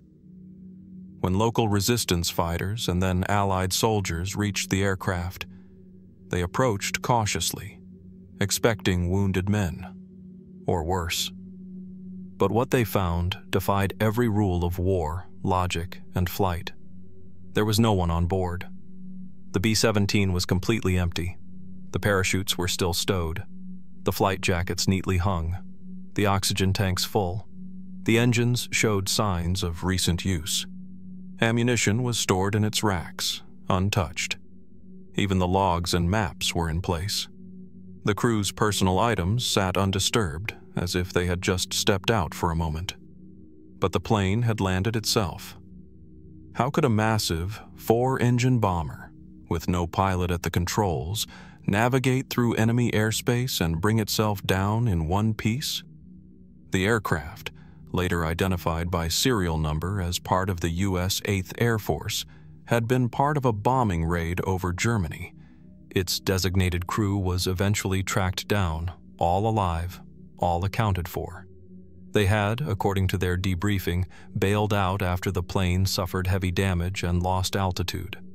They believed the aircraft would crash, and yet it didn't. Instead, it flew on, alone, unwatched, over a war zone, across hostile skies, through anti-aircraft flak, until it descended gently into that Belgian field. The military officially classified the incident as a rare but not impossible event, a phenomenon of gliding flight, aerodynamic balance, and luck. A once-in-a-war combination of altitude, trim settings, and wind currents that allowed the aircraft to stabilize and descend on its own. But those who saw the plane that morning remember it differently, Some described the landing as too perfect, as if guided. Others noted how the engines continued running briefly after it stopped, almost as if the plane knew it had landed safely. And then there's the strange quiet of the interior. Several who entered the bomber said it felt wrong, as if the aircraft had just missed something, as if time itself had been interrupted or paused, then reset. No signs of struggle, no sense of urgency, just emptiness. Speculative theories, as expected, have grown in the decades since. Some suggest that the crew bailed out too soon, that the aircraft never lost control and might have been flyable had they stayed. Others wonder if something more unusual occurred, perhaps a moment of suspended physics, a confluence of unexplained forces in the sky. There are even stories, though always second-hand, of similar events in both Allied and Axis air fleets. Ghost planes that returned with no pilots, haunted aircraft found with equipment still humming but no living crew aboard. The term Phantom Fortress was born from this incident, and it lingers in the imagination to this day. Could a machine become more than metal, more than rivets and fuel lines? Could it carry out its last mission alone, driven not by orders but by momentum and memory? Or was it simply a quirk of physics, an improbable, eerie coincidence amid the chaos of war? The original aircraft was eventually salvaged and dismantled. No memorial marks the spot where it came down. No flight manual can fully explain how it made its final descent. And so the mystery remains. A flying fortress that flew itself. A war machine that outlasted its operators. A story suspended somewhere between mechanical probability and the inexplicable. What kept that plane in the air? And what, if anything, guided it safely home? The field is quiet now, but in the soft wind that moves through the grass, some say you can still hear it. That faint hum just beyond the trees. The echo of engines with no one left inside. As the Phantom Fortress came to rest in a field with no crew, no purpose, and no clear explanation, we now follow another journey, one that also defied logic, official orders, and the very machinery of war itself. But this time, it wasn't a ghost plane. It was a man. A man at the very center of Hitler's inner circle. And what he chose to do in the spring of 1941 has remained one of the most inexplicable episodes of the entire Second World War. This is the mystery of Rudolf Hess's solo flight to Scotland.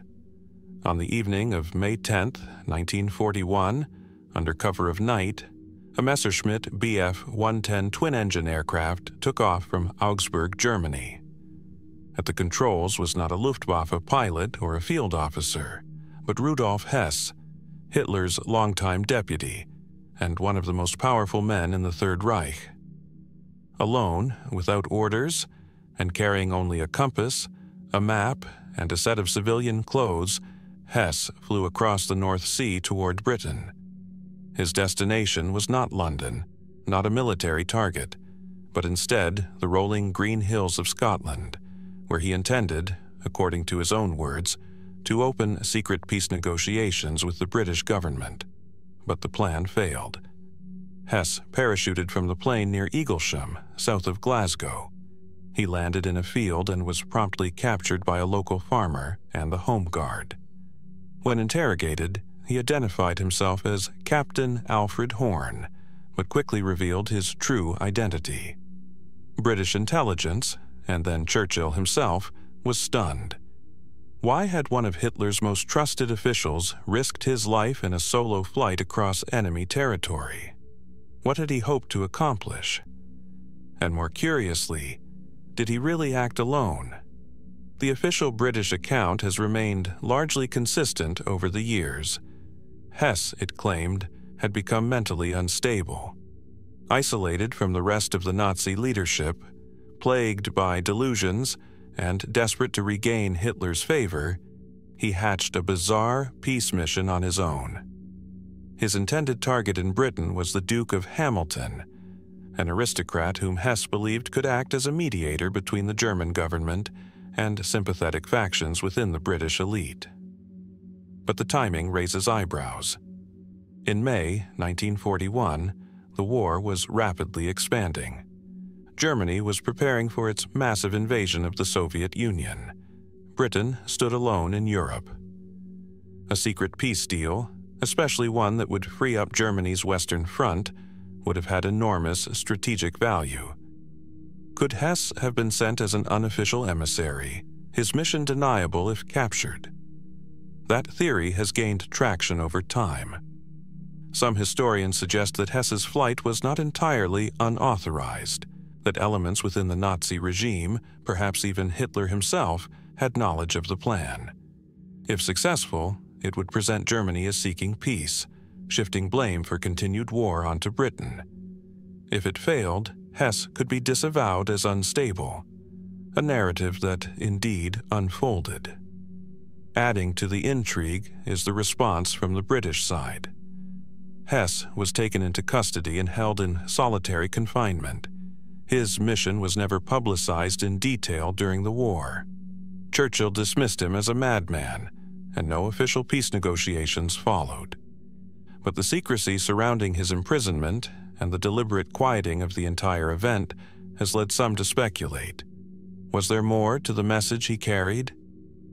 Files related to Hess's flight remained classified for decades. Several have still not been released in full. Those who have seen them describe contents that are diplomatically sensitive, even now. What could a flight in 1941 contain that remains dangerous to disclose? There are also questions about Hess's mental state.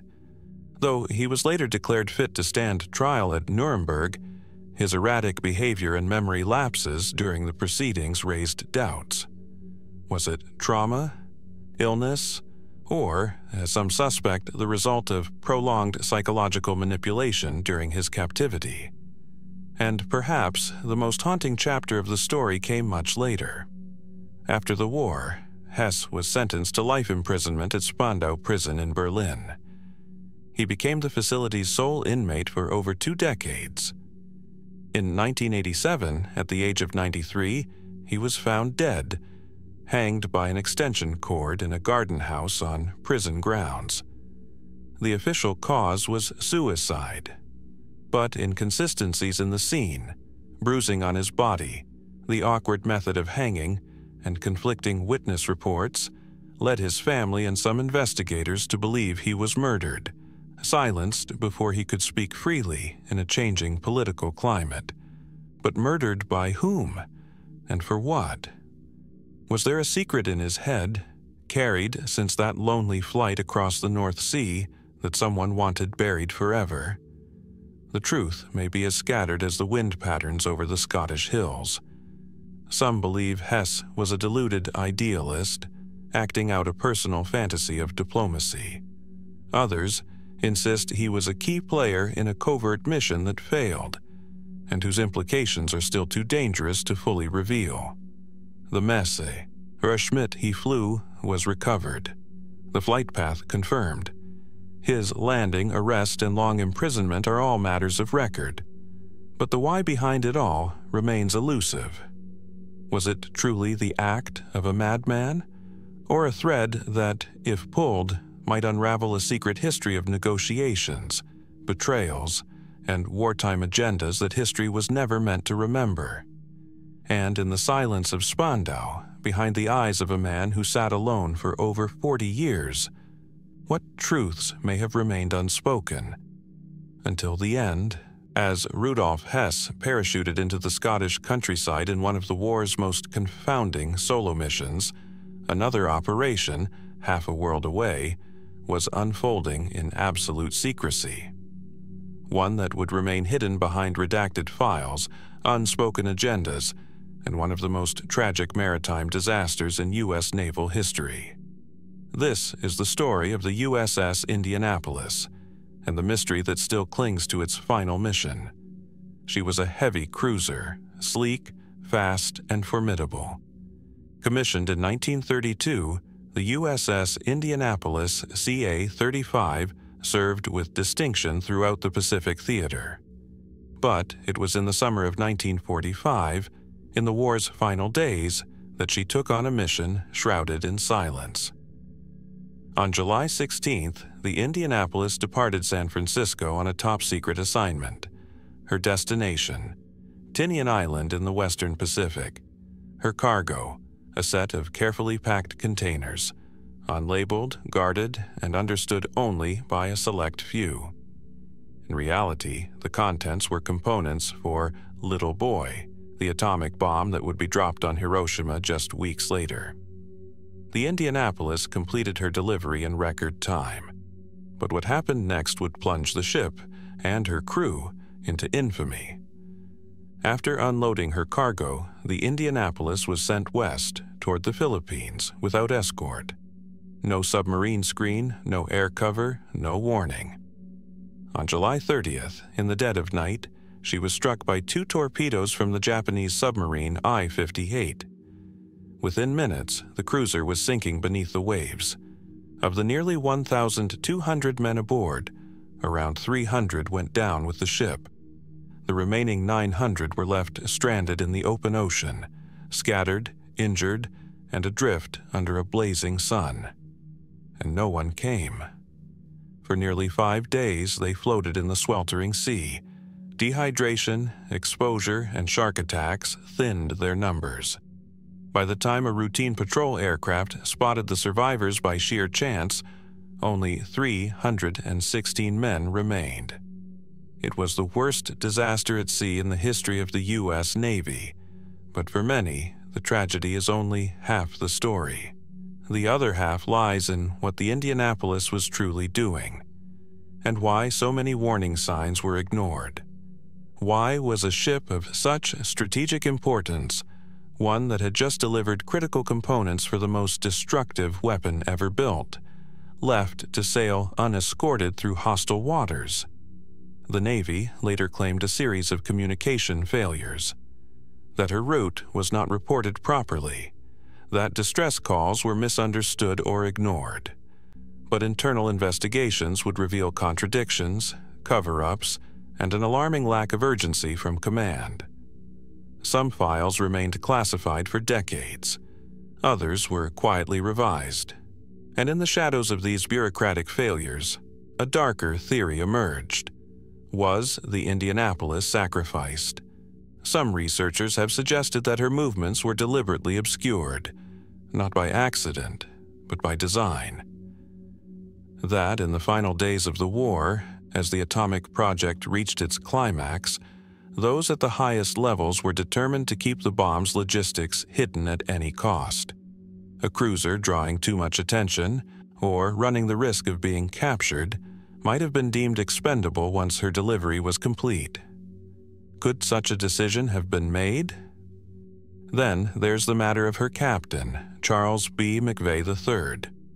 Though he survived the sinking, he was later court-martialed, the only U.S. Navy captain in World War II to be tried for losing his ship in combat.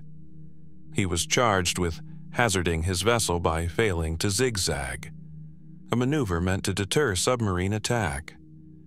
Never mind that the Navy itself had ordered zigzagging optional in certain conditions, or that the commander of the Japanese submarine that sank the Indianapolis testified that zigzagging would have made no difference.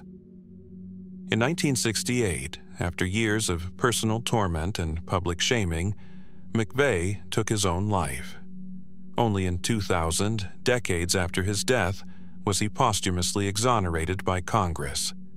The decision acknowledged that he had been wrongly blamed, scapegoated for a disaster rooted in failures far above his rank.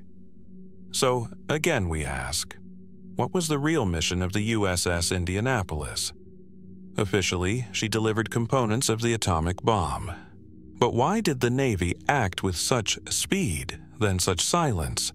Why did they leave her vulnerable?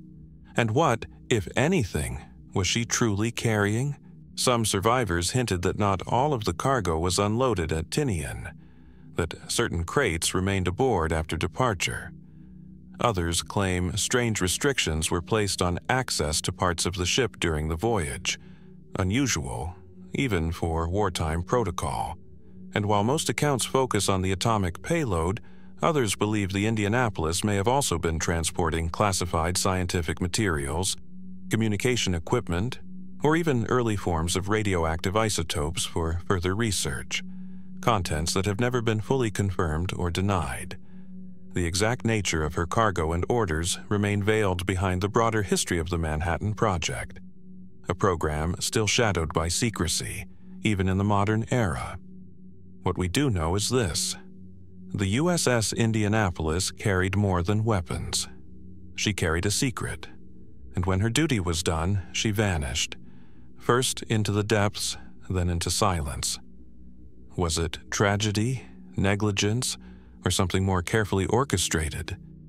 And as the ocean slowly gave up her wreckage, discovered only in 2017, lying quiet at the bottom of the Philippine Sea, we are left to wonder, what else lies down there, unspoken, unexplained, and unrecovered? And in the story of the Indianapolis, what part of the truth still hasn't surfaced?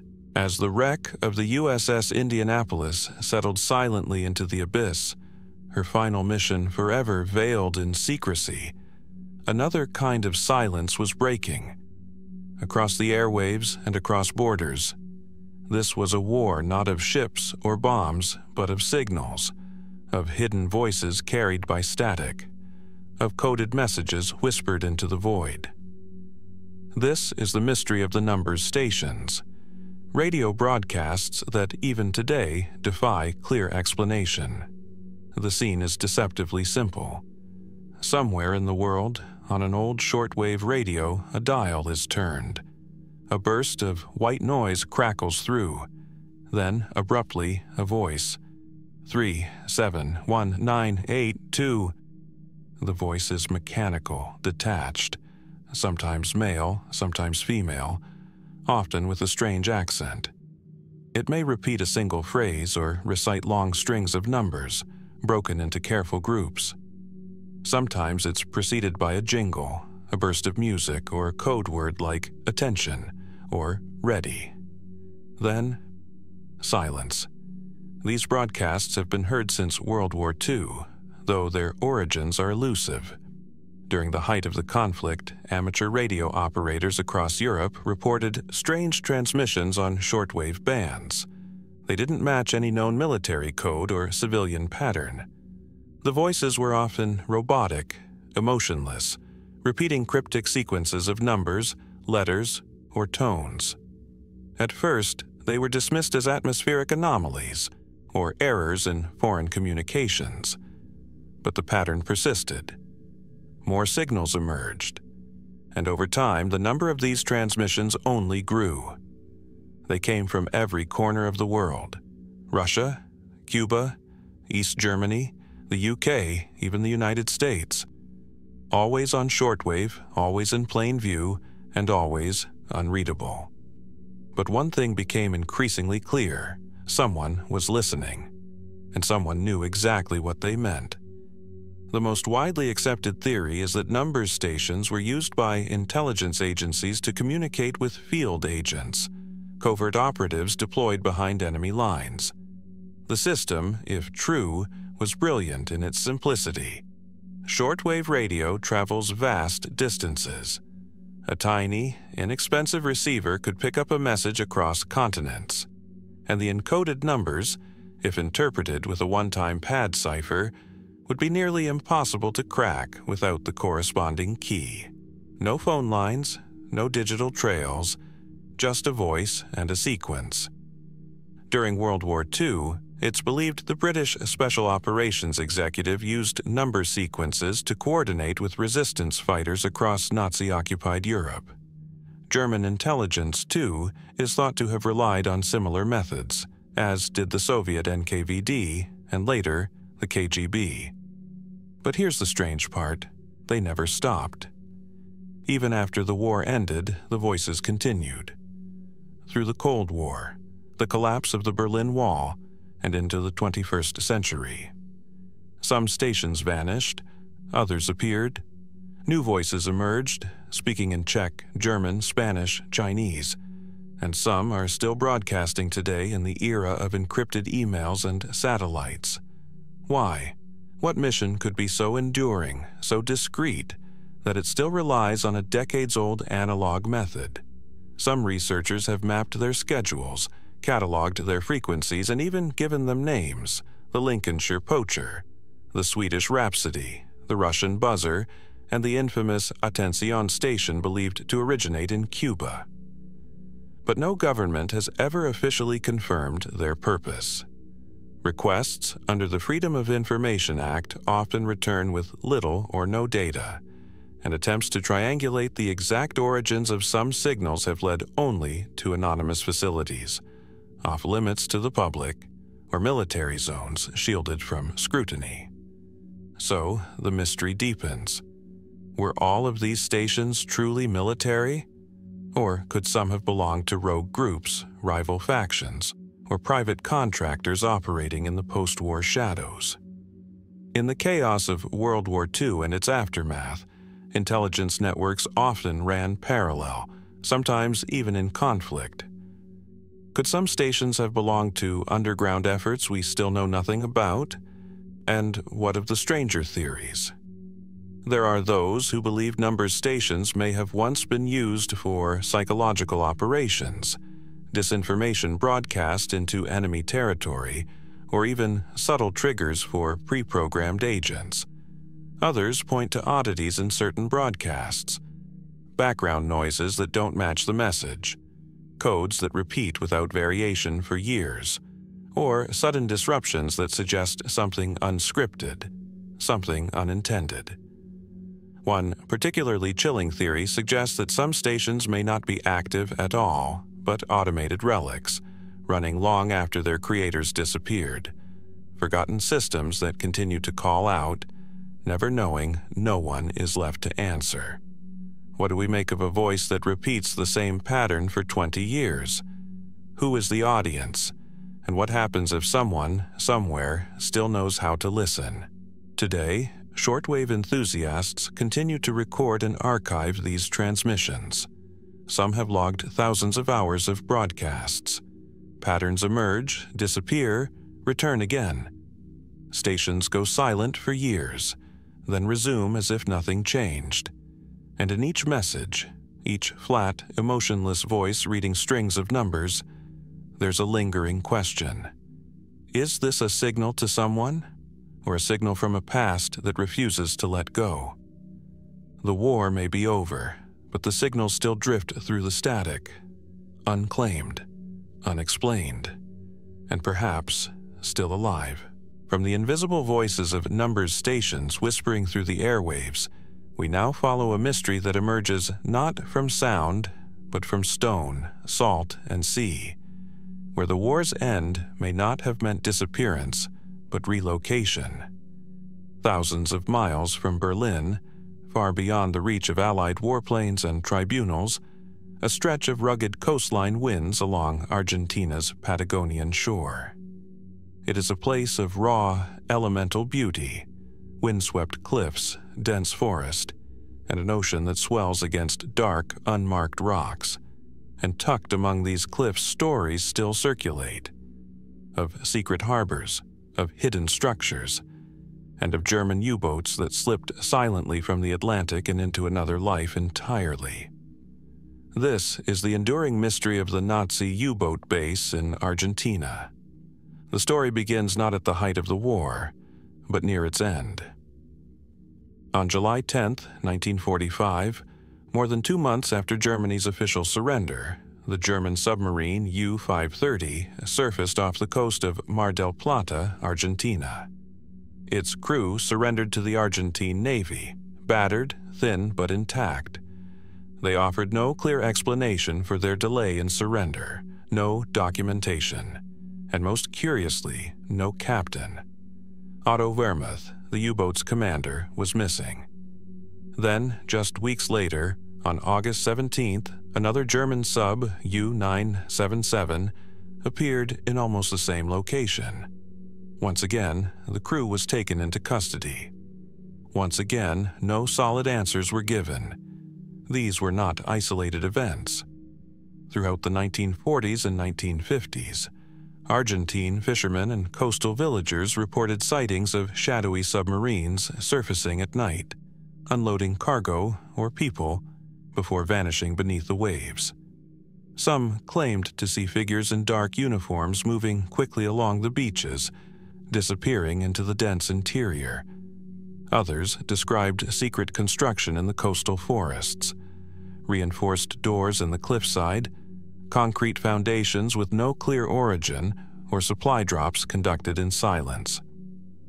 The Argentine government at the time, sympathetic to many Axis refugees, conducted only minimal investigations. Records were sparse, some were later lost, but questions lingered. What were these U-boats doing so far south, so late in the war? Officially, they were stragglers, crews unwilling to surrender until absolutely necessary. But skeptics believe there's more to the story. Why did U-530 jettison its deck gun and all logs before arriving? Why did U-977 allegedly travel over 60 days submerged, an extraordinary feat, even with the advanced capabilities of a Type 7 submarine? And why did both crews speak in vague, evasive terms about their journey? One explanation points to an organized escape network, a rat line, created by remnants of the Nazi regime in the final months of the war. As Allied forces closed in on Europe, high-ranking officials and select scientists are believed to have fled across the Atlantic using various means, including disguised U-boats. Their destination? South America, where sympathetic regimes, false identities, and remote terrain offered both refuge and anonymity. Argentina, in particular, became a known haven for former Nazis in the post-war era. Figures such as Adolf Eichmann, Josef Mengele, and Erich Priebke lived in Argentina for years, even decades, under assumed names, often with little interference. It is not unreasonable to suggest that some may have arrived by sea. In 2009, a team of Argentine archaeologists began surveying a remote area near Totorao, a sparsely populated zone of Patagonian coastline. They discovered concrete structures, partially buried, with foundations far stronger than any known local buildings. Inside, they found German coins dating to the 1940s, along with fragments of imported ceramic and items bearing Third Reich insignia.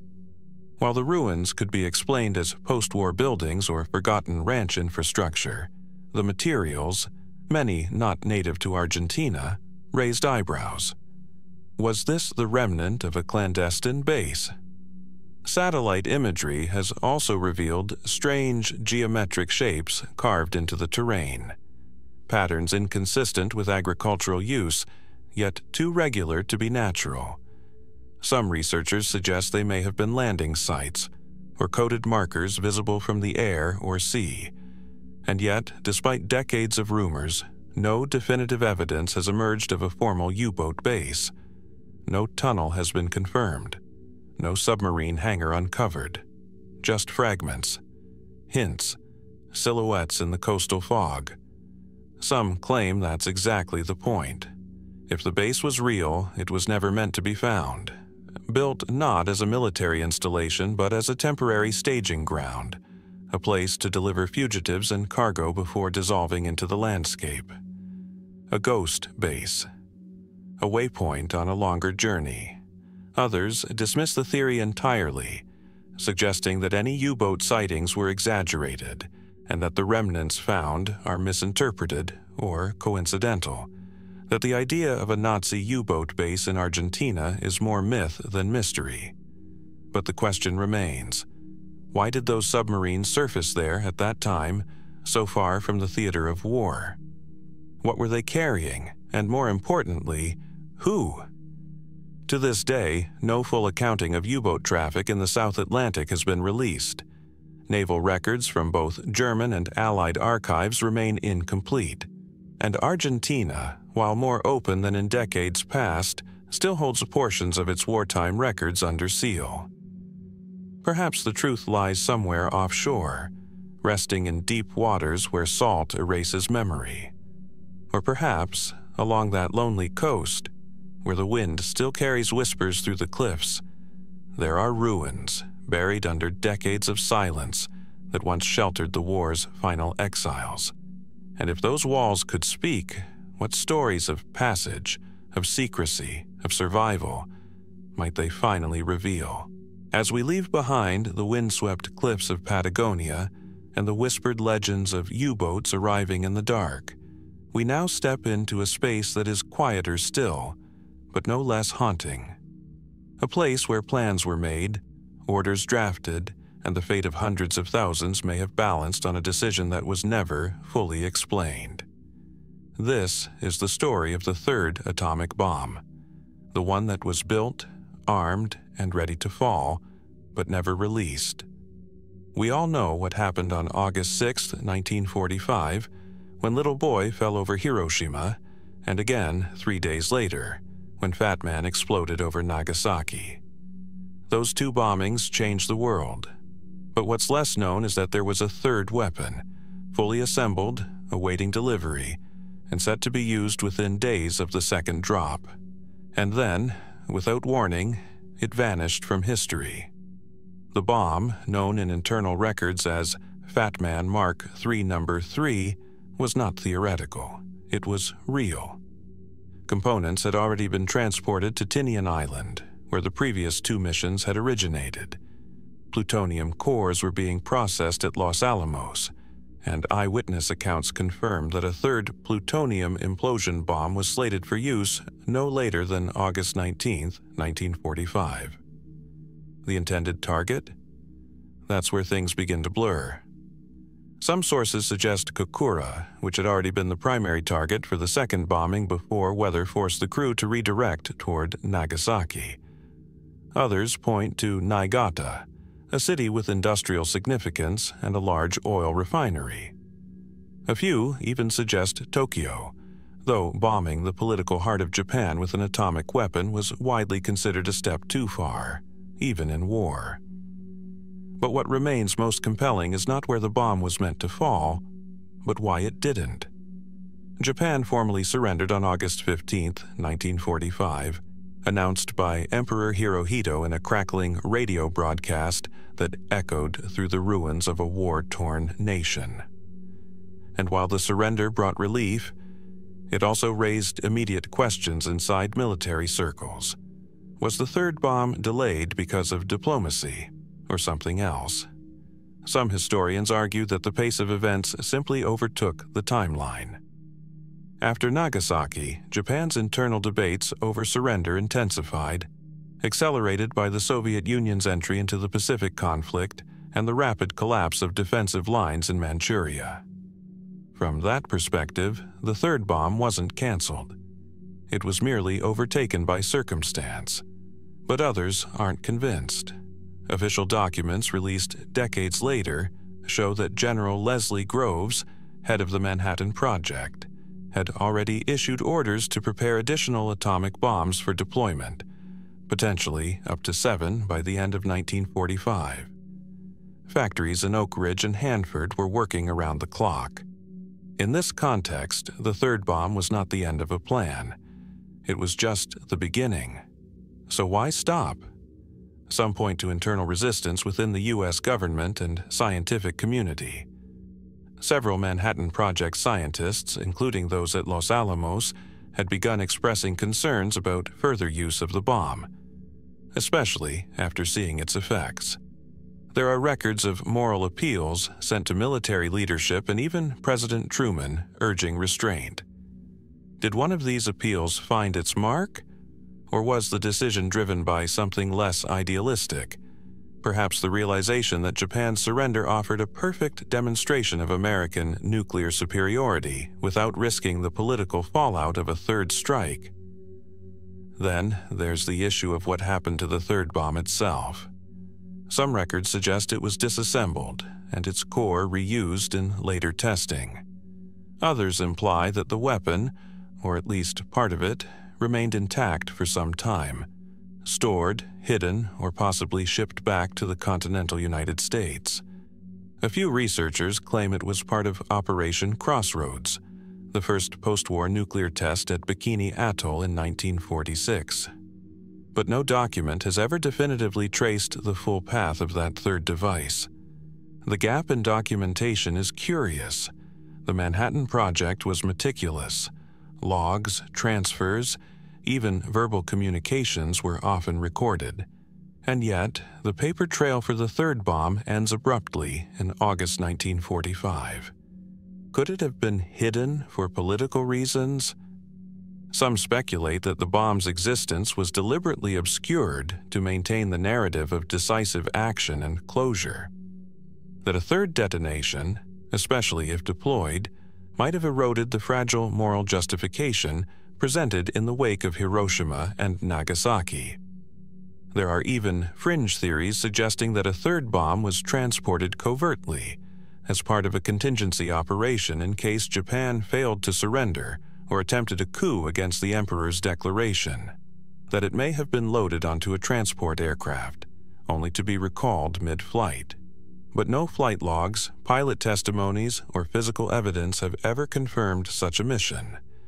What remains, then, is absence, a weapon built in secret, transported across oceans, prepared for use, and then forgotten. What does this silence mean? Was it a moment of mercy in a war that knew so little of it? A logistical oversight turned into a historical reprieve? Or a truth carefully withheld to control the shape of memory? The third bomb was real, that much is certain. But everything else, its destination, its cancellation, its aftermath, remains caught in the fog of wartime secrecy and political aftermath. And so we are left to wonder, what would have happened had the third bomb fallen? What cities were spared not by strategy or surrender, but by timing, chance, or conscience? And if its pieces still exist, stored in some forgotten bunker or buried in the archives of history, what story would they tell if we dared to listen? As we close the chapter on the third atomic bomb that was never dropped, a weapon built but never detonated, we now follow a different kind of detonation.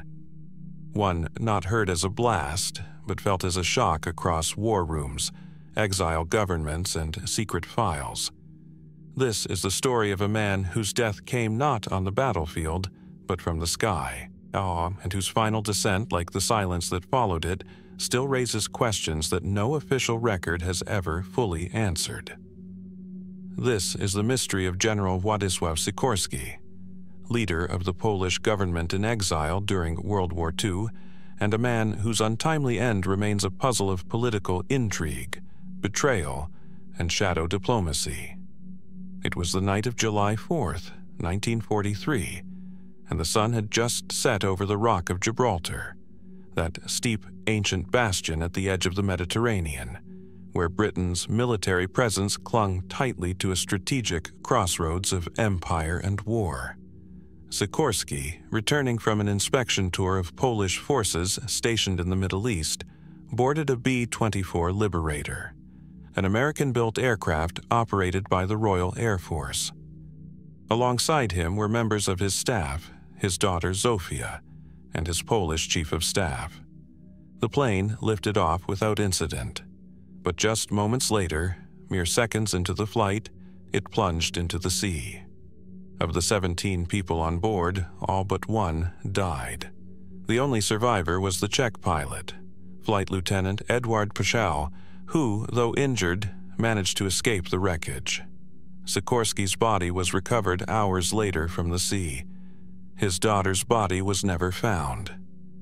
The British launched an investigation. The official verdict: mechanical failure. The aircraft's elevator controls had jammed, rendering the pilot unable to lift the nose and keep the plane airborne. A tragic accident, they said. But even then, many weren't convinced. The evidence seemed thin.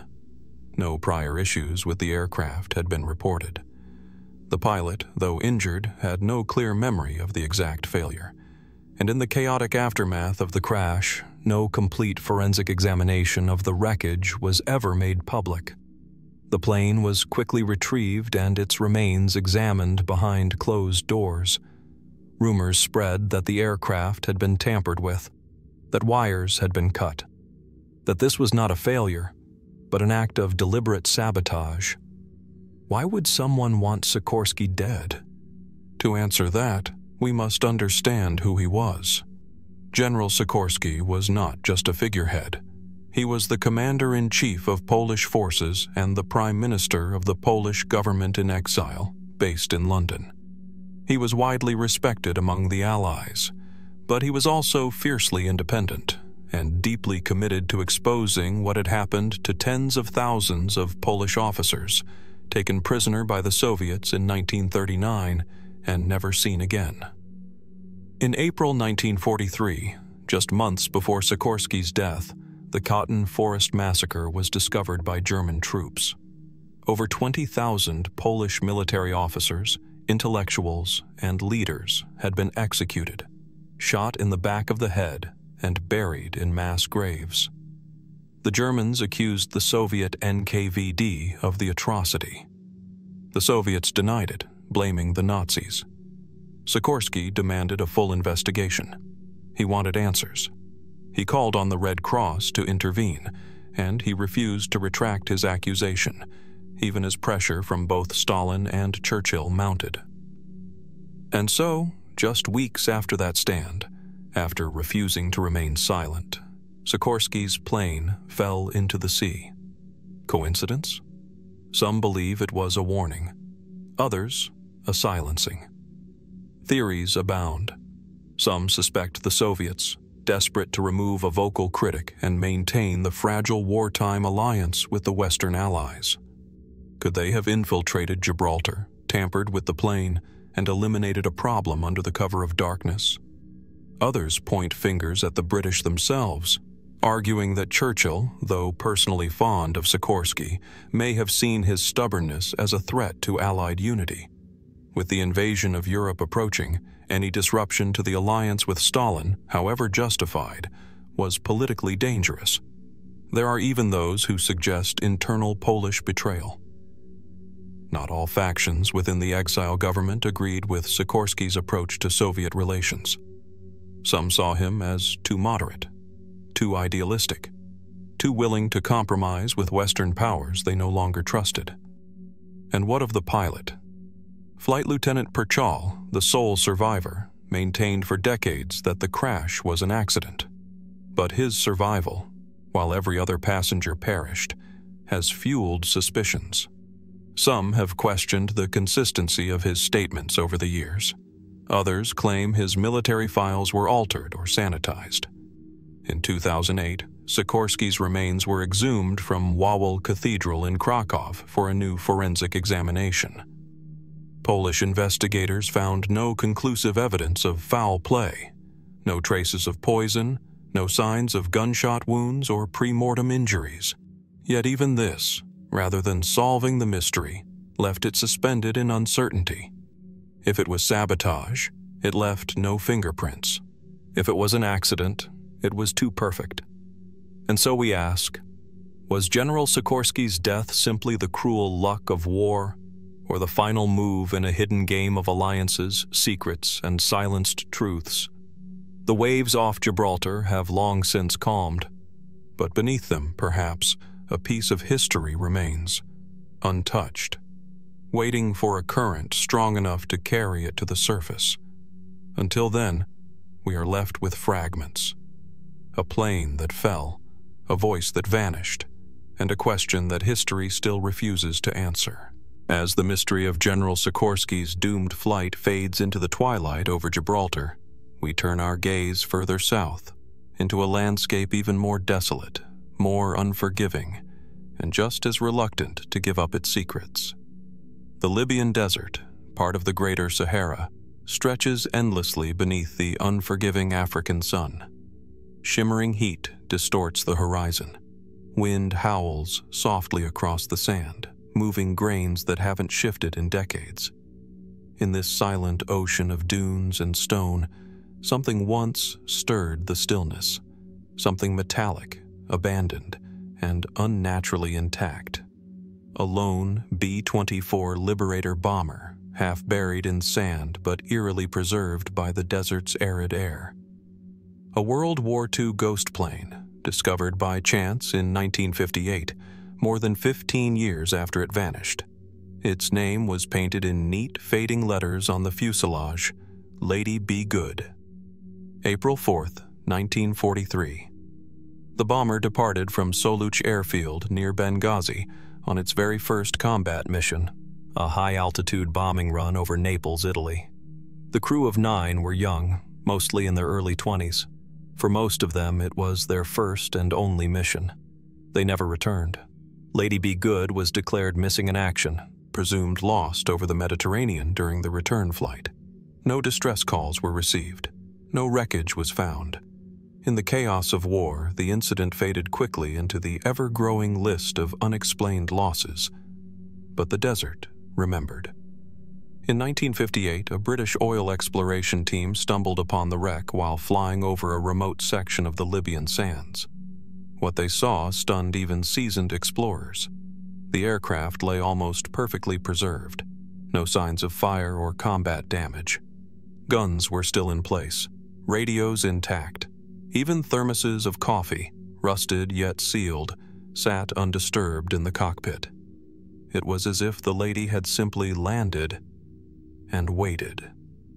Yet there was no sign of the crew. Investigators later pieced together a sobering truth.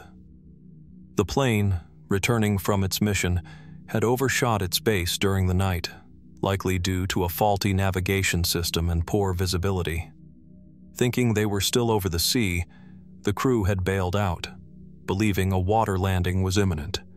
But instead of ocean, they drifted silently down into the vastness of the Sahara.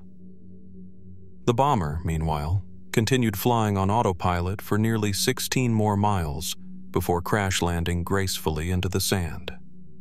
In subsequent years, 8 of the 9 crew members were eventually found, mummified by the heat, scattered across miles of desert.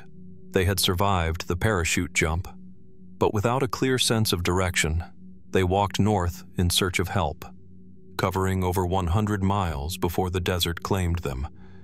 Yet one body was never found. Sergeant Vernon Moore, the plane's tail gunner, remains missing to this day. And with that absence, a door remains open, not just to tragedy, but to mystery. Why was the plane so intact? How did it remain undetected for so long in an era of expanding aerial surveillance? Could there have been something aboard, documents, equipment, or intelligence that never made it into the official reports? More speculative theories emerged, as they often do when the known becomes too neat. Some suggested the aircraft had a secondary mission, perhaps involving clandestine surveillance or secret cargo. The pristine condition of the plane and the apparent lack of effort to recover it after the war raised questions in certain circles. Others fixated on the eerie detail of the crew's journals, fragments recovered from the wreck and from their bodies. Some pages hinted at confusion, shifting shadows on the dunes, and whispered phrases that spoke of unease. Did the heat and dehydration warp their minds, or did they encounter something in that endless desert that left no record? The Libyan desert, after all, is home to its own myths, echoing voices, phantom lights, ancient structures buried and forgotten. Could the Lady Be Good have drifted too close to something meant to remain hidden? Even the aircraft itself became something of a haunted relic. After its discovery, pieces of the bomber were removed and shipped back to the United States for analysis. Some parts were reused, installed in other aircraft still in service, and curiously, several of those planes later suffered accidents or mechanical failures, leading some to call the lady's remnants cursed. Is it coincidence, or did something cling to the metal? Something left behind not by war, but by the desert itself. Today, the wreck has mostly vanished again. Sandstorms and time have buried what remains. A few parts are held in museums, others were lost in transit or quietly disappeared into private collections. The full airframe no longer rests in one piece, but the story remains whole. Lady Be Good is more than a tale of navigational error or wartime tragedy. It's a testament to isolation, endurance, and the strange preservation of time in one of the harshest landscapes on Earth. And it leaves us with the question not easily answered. What else lies beneath those sands, waiting for the wind to shift just enough to be seen again? What voices are still carried in the silence of the desert? And did the lady, in her final descent, stumble across a secret she was never meant to see? As the winds of the Sahara buried the last traces of Lady Be Good beneath shifting dunes, halfway across the world, another strange relic of World War II was already drifting on the wind, high above the Pacific, silent, unseen, and bound for a continent unprepared for its arrival. These were not planes, not missiles, not fleets. They were balloons, but not the kind meant for celebration. These were weapons, deadly, experimental, and nearly forgotten. They were called Fugo, fire balloons, and they carried with them a mystery that, to this day, remains suspended between history and speculation. The first one landed in the United States in November 1944. No one saw it coming. Across a remote stretch of forest near Thermopolis, Wyoming, a strange object was found tangled in the trees. It was a balloon of unfamiliar design, delicate yet engineered with precision. Beneath it hung a payload, a small but deadly incendiary device. Local authorities were baffled. Then another was found. And another. One in Montana, one in Oregon, even as far east as Michigan. What were they? Where had they come from? And how could they have possibly crossed 5,000 miles of open ocean undetected? The answer, it turned out, lay in the skies above Japan, and in one of the boldest and most curious operations of the Second World War. In late 1944, as the tide of the war turned against the Axis, the Japanese military conceived a plan as desperate as it was inventive. With their navy crippled and no long-range bombers capable of reaching the U.S. mainland, they turned to the jet stream, a newly discovered high-altitude air current capable of carrying lightweight objects across the Pacific in just a few days. The project was named Fugo, or Code Weapon 32. It was simple in concept, yet technically remarkable. Nearly 10,000 balloons, constructed from rice paper and rubberized silk, were released from hidden launch sites in Honshu. Each was 33 feet in diameter, filled with hydrogen, and equipped with a sophisticated altitude control system that used barometers and sandbag ballast to keep it stable at 30,000 feet. Attached beneath were bombs, incendiary devices meant to ignite forest fires and cause panic across North America. But there was more to it than that.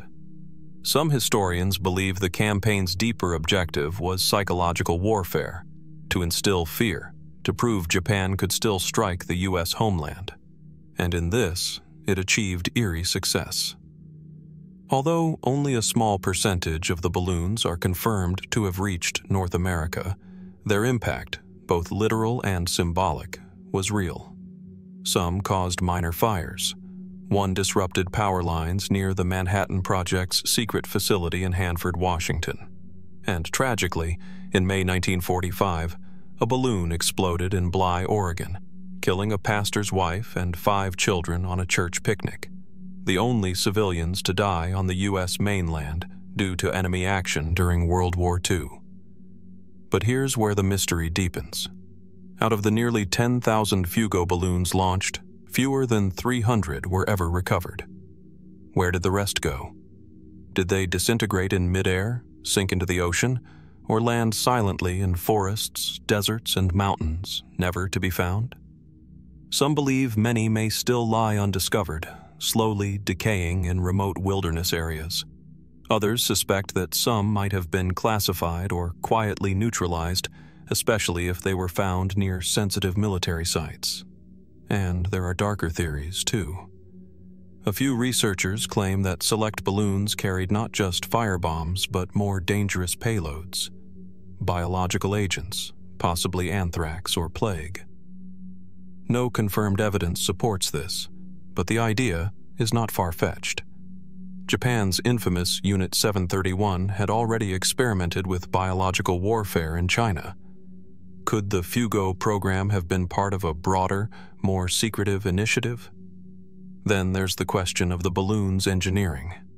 The control mechanisms, entirely mechanical, were surprisingly advanced.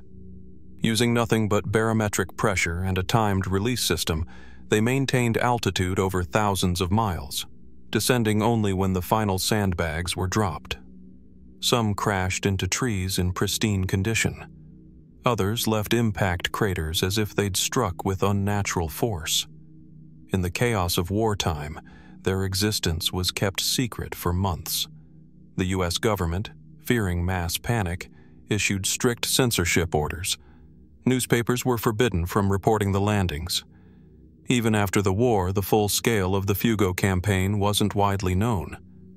But the silence didn't erase the evidence. Decades later, hikers in the Pacific Northwest stumbled across strange metallic fragments, half buried beneath pine needles. Farmers uncovered rusted balloon components in Kansas wheat fields, and in 2014, 70 years after launch, a live Fugo bomb was discovered by loggers in British Columbia. It had to be detonated by a military disposal team. How many more remain, waiting silently beneath the soil? The Fugo balloons are a strange footnote in World War II, a blend of desperation, ingenuity, and eerie persistence. They drifted across oceans and decades, guided by the winds, almost forgotten, but not quite. And they leave us with a question that resists easy answers. What do we make of a weapon carried by the sky itself? One that kills without warning and leaves no enemy behind? Are the last echoes of this operation still drifting somewhere, unseen? Or have we merely uncovered the fragments while the true purpose remains tethered to a silence only the wind understands? As Japan's Fugo balloons drifted silently over North America, threatening destruction with mechanisms powered only by air and precision, far across the Atlantic, another silent battle was unfolding, this one not in the skies but in the minds of men locked in a war of symbols, ciphers, and secrets. In the English countryside, veiled by fog and war, stood an unassuming mansion, Bletchley Park. A quiet estate of red brick and ivy, it could easily be mistaken for a country retreat, until you stepped inside. Here, the walls echoed not with artillery, but with the frantic tapping of typewriters, the hum of analytical machines, and the sharp scratch of pencils decoding patterns that could change the fate of nations. It was here that the Allies broke one of the most sophisticated cryptographic systems the world had ever known, the Enigma machine. But how they did it, and how much they really knew, remains a puzzle unto itself. The Enigma machine was elegant in its complexity. Developed by the Germans in the 1920s and adopted by the Nazi military in the 1930s, it used a series of rotating rotors and electrical circuits to scramble messages into an ever-shifting code. Each keystroke transformed a letter into something unrecognizable, and with more than 150 quintillion possible settings, the odds of cracking a single message seemed hopeless. Unless you had help. And the Allies did. But who exactly helped first? The commonly accepted narrative begins in Poland, where brilliant mathematicians like Marian Rejewski, working at the Bureau Szyfrów in the early 1930s, were the first to deduce how the Enigma worked. They built replicas, Bomba Kryptologiczna machines, to simulate rotor settings and decode intercepted transmissions. When Germany invaded Poland in 1939, the Poles shared their secrets with the British and French. The story then shifts to Alan Turing and his team at Bletchley Park, where the famous bomb machine, an electromechanical marvel, was refined to automate the decryption process. It's a tidy story, one of cooperation, intelligence, and innovation. But like so much in war, the truth may be more complicated, because even now, nearly a century later, questions remain. How early did the British actually break the Enigma? Some declassified documents suggest that British intelligence might have been intercepting and possibly reading segments of German encrypted traffic even before 1939. And if so, how much did they know? And what did they allow to happen to keep their secrets safe? There are whispers, some supported, some speculative, that the Allies deliberately allowed certain attacks, including bombing raids and convoy sinkings, to go unchallenged so as not to alert the Germans that Enigma had been compromised. Is it true? Would the lives of hundreds, even thousands, have been traded for a greater strategic advantage? And then there is the mysterious U-boat transmission. In 1942, German U-boats were wreaking havoc in the Atlantic, sinking Allied ships with impunity. The Enigma used for naval communication, known as Triton or the Shark cipher, was more complex than previous versions, incorporating an extra rotor. For months, Bletchley Park was blind. Then suddenly the code was broken, just days after the British recovered code books from a damaged U-boat, or so the story goes. But some question the timing. Was the breakthrough solely due to the captured materials? Or had the Allies found another way, something never disclosed, perhaps involving signals intelligence, espionage, or even a betrayal within the German command? Further adding to the enigma of Enigma is the story of the Abwehr, Germany's military intelligence service. Historians have long debated whether elements within the Abwehr suspected their codes were compromised. Some suggest they fed disinformation through Enigma channels as a counterintelligence tactic. If so, were the Allies always one step ahead, or were they occasionally being played? And why, for so long, did the secret of Bletchley Park remain buried? Until the 1970s, the very existence of the Enigma operation was unknown to the public. Veterans who had worked there were bound by strict oaths of silence. Some died never revealing what they had done. Why such secrecy for so long? Was it merely to protect Cold War-era cryptographic methods?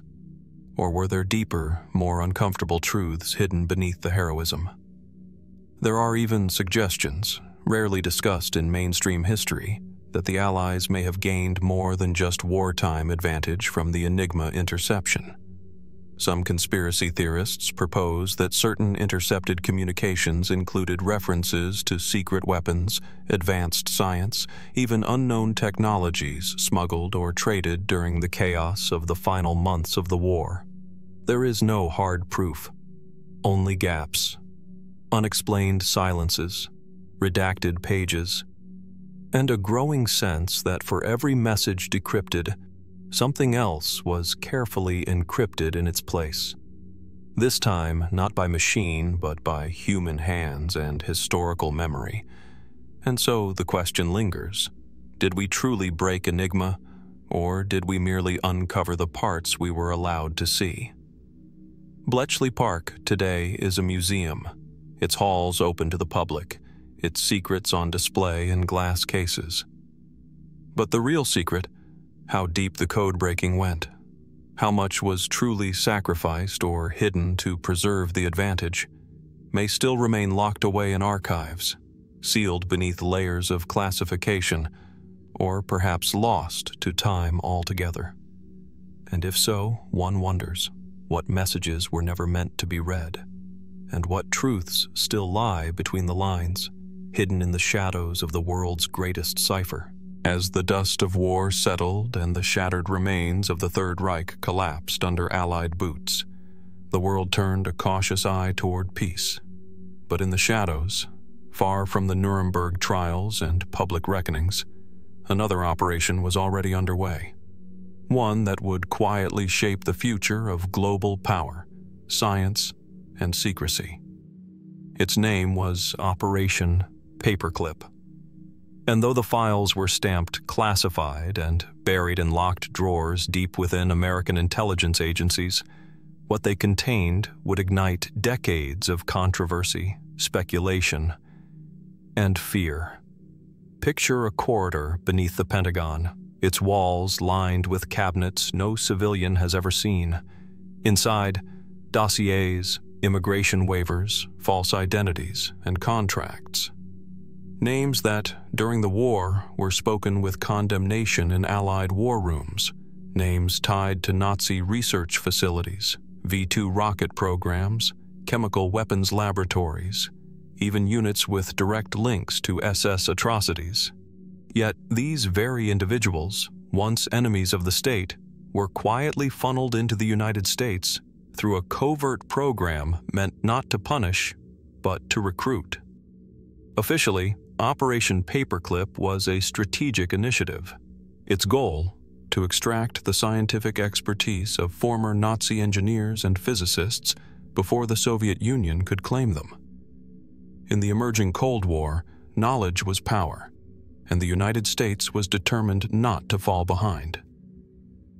Among the most famous of these figures was Wernher von Braun, the father of Nazi Germany's V2 rocket, and later the visionary behind NASA's Saturn V, which launched America to the moon. His talents were undeniable, but so were the allegations that he had overseen forced labor camps at Mittelwerk, where thousands died under inhuman conditions. Did justice take a back seat to progress?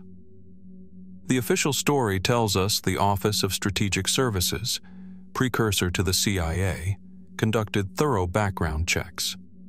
That only those without strong ties to war crimes were brought in. That the program, though morally complex, was necessary. But cracks in that narrative have long since emerged. Declassified documents, slowly released over decades, paint a murkier picture. Names once redacted now revealed individuals who were more than just passive scientists. Some were SS officers. Some had conducted inhumane experiments on prisoners. Others were never fully vetted at all. And yet they were granted U.S. citizenship, awarded research positions, shielded from scrutiny under new identities. Why? Was it desperation to win the technological arms race? Or something deeper? In 1947, the U.S. government created the Joint Intelligence Objectives Agency, JIOA, a body tasked with sanitizing the records of Nazi recruits and rewriting their histories to make them acceptable. Documents were altered, backgrounds erased, war crimes overlooked. And here lies the true mystery, just how much was hidden. Not every paperclip file has been unsealed. Some remain classified to this day. Others were allegedly destroyed. Within those missing pages could lie answers to long-standing rumors that the U.S. may have adopted more than just science, that elements of psychological warfare, unethical experimentation, even early mind control projects like MK-Ultra may have drawn influence, directly or indirectly, from these former enemies. And then there's the question of what was never written down at all. Some files mention special projects assigned to certain recruits, but the details are left blank. Others include redacted memos between high-ranking military officials suggesting internal disagreements, some within the Pentagon warning that certain scientists were too dangerous to be trusted. Those warnings were ignored. Why? What did the United States see in these men that made their past irrelevant? What knowledge did they bring about rockets, medicine, or perhaps something far more clandestine that made their recruitment worth the risk? And what does it mean that we still don't know the full list of names? In recent years, journalists and historians have unearthed fragments, letters between officials, personal diaries, testimonies from survivors of Nazi programs who were stunned to learn that their former tormentors had been given sanctuary in the very country they believed had delivered them from tyranny.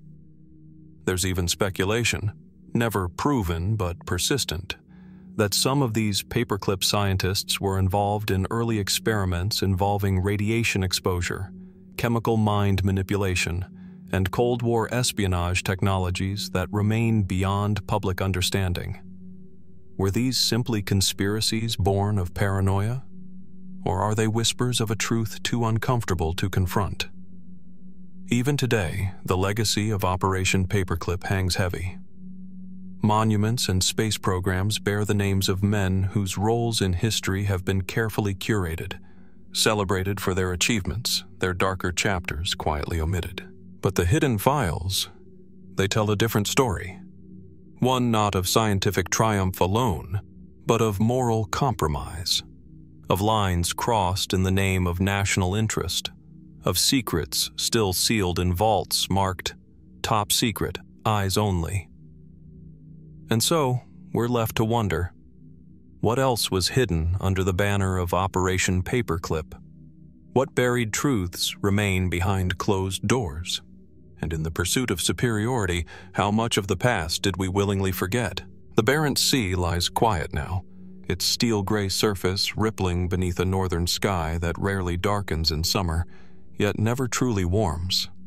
Cold, vast, and unforgiving, this stretch of Arctic water holds secrets beneath its waves, secrets that have drifted silently since the summer of 1942. This was the route of Convoy PQ-17, a fleet of 35 merchant ships laden with vital war supplies bound for the Soviet Union. Tanks, trucks, aircraft, ammunition. An arsenal essential to keep the Eastern Front from collapsing under German pressure. Escorted by a formidable screen of British and American warships, PQ-17 represented not only military cooperation, but also a gamble, threading through a region stalked by U-boats, bombers, and, perhaps most ominously, the German battleship Toplitz, lurking like a shadow in the fjords of Norway. What happened next is officially recorded as a catastrophic military blunder, but some say the truth might be more complicated. On July 4, 1942, Admiralty in London received intercepted intelligence suggesting that the Toplitz, Germany's most powerful battleship, was moving to intercept PQ-17. Panicked by the possibility of losing the entire fleet in one strike, the order was given: scatter the convoy. Escorts were withdrawn. The merchant ships were left to sail independently, vulnerable and alone. The results were devastating. Of the 35 merchant vessels, 24 were sunk. Thousands of tons of war materiel lost to the sea. More than 150 sailors perished. Survivors drifted in lifeboats for days under the midnight sun, tormented by cold and the endless daylight. The sea, it seemed, had swallowed them whole. But what if the story doesn't end there? Over the years, historians and naval researchers have examined the strange gaps in the operation's timeline. Why did British intelligence overestimate the movement of the Toplitz? German records later showed that the battleship never left port. Was the order to scatter based on faulty intelligence or deliberate misinformation? And if so, who benefited from that chaos? Some point to Ultra, the top-secret British code-breaking program at Bletchley Park. Had the intelligence services truly decrypted German intentions? Or had the Germans fed them deliberate false signals through compromised channels?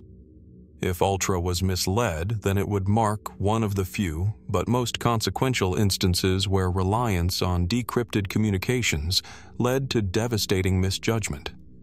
Others whisper about political motives, that the failure of PQ-17 gave the British government leverage over future American involvement in Arctic convoys, or that the losses created a justification for withdrawing future convoys during a critical period in the Soviet campaign.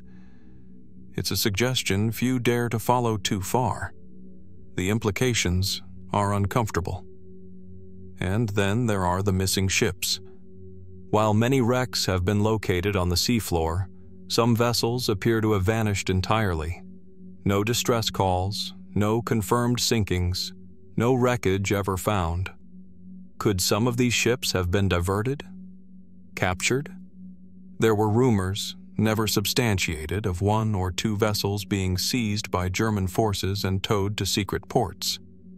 Another theory, far more speculative, claims that at least one of the merchantmen carried more than just tanks and munitions, perhaps something far more sensitive. There are whispers, quiet, often dismissed, that a small crate labeled only with British government seals may have been among the cargo.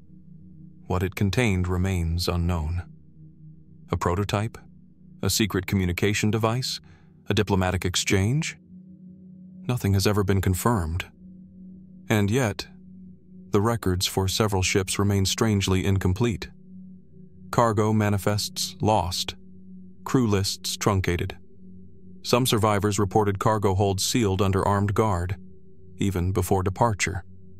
One sailor, interviewed decades later, recalled hearing that his ship had carried something not for Russia, but he never saw it. He never knew, and perhaps he was never meant to. Even the decision-making process behind the scatter order remains contested. Some of the documents were withheld from public release for decades. Others are still redacted. Why the secrecy after all this time?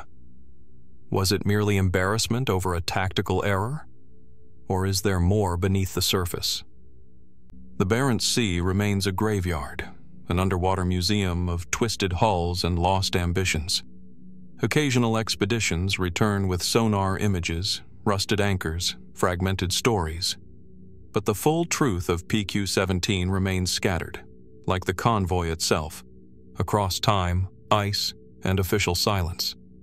So we are left to ask, was PQ-17 simply a tragic wartime miscalculation? Or did something more deliberate unfold in the frozen north? What secrets went down with those ships? And what truths still lie waiting, cold and undisturbed on the ocean floor? The Baltic Sea, in the depth of winter, is a place of steel-gray silence. Ice grips the shoreline. Winds howl across the open water like ancient ghosts. And beneath the frigid waves, a forgotten tragedy sleeps, one far greater in scale than the Titanic, yet largely absent from history books. On January 30th, 1945, the German ship Wilhelm Gustloff slipped away from the port of Gotenhofen, fleeing the collapse of the Third Reich. It was meant to be a lifeline, part of Operation Hannibal, the largest seaborne evacuation in history. On board were more than 10,000 people, wounded soldiers, Nazi officials, and most of all, civilians. Thousands of women and children trying to escape the advancing Soviet forces. The ship was never designed for war.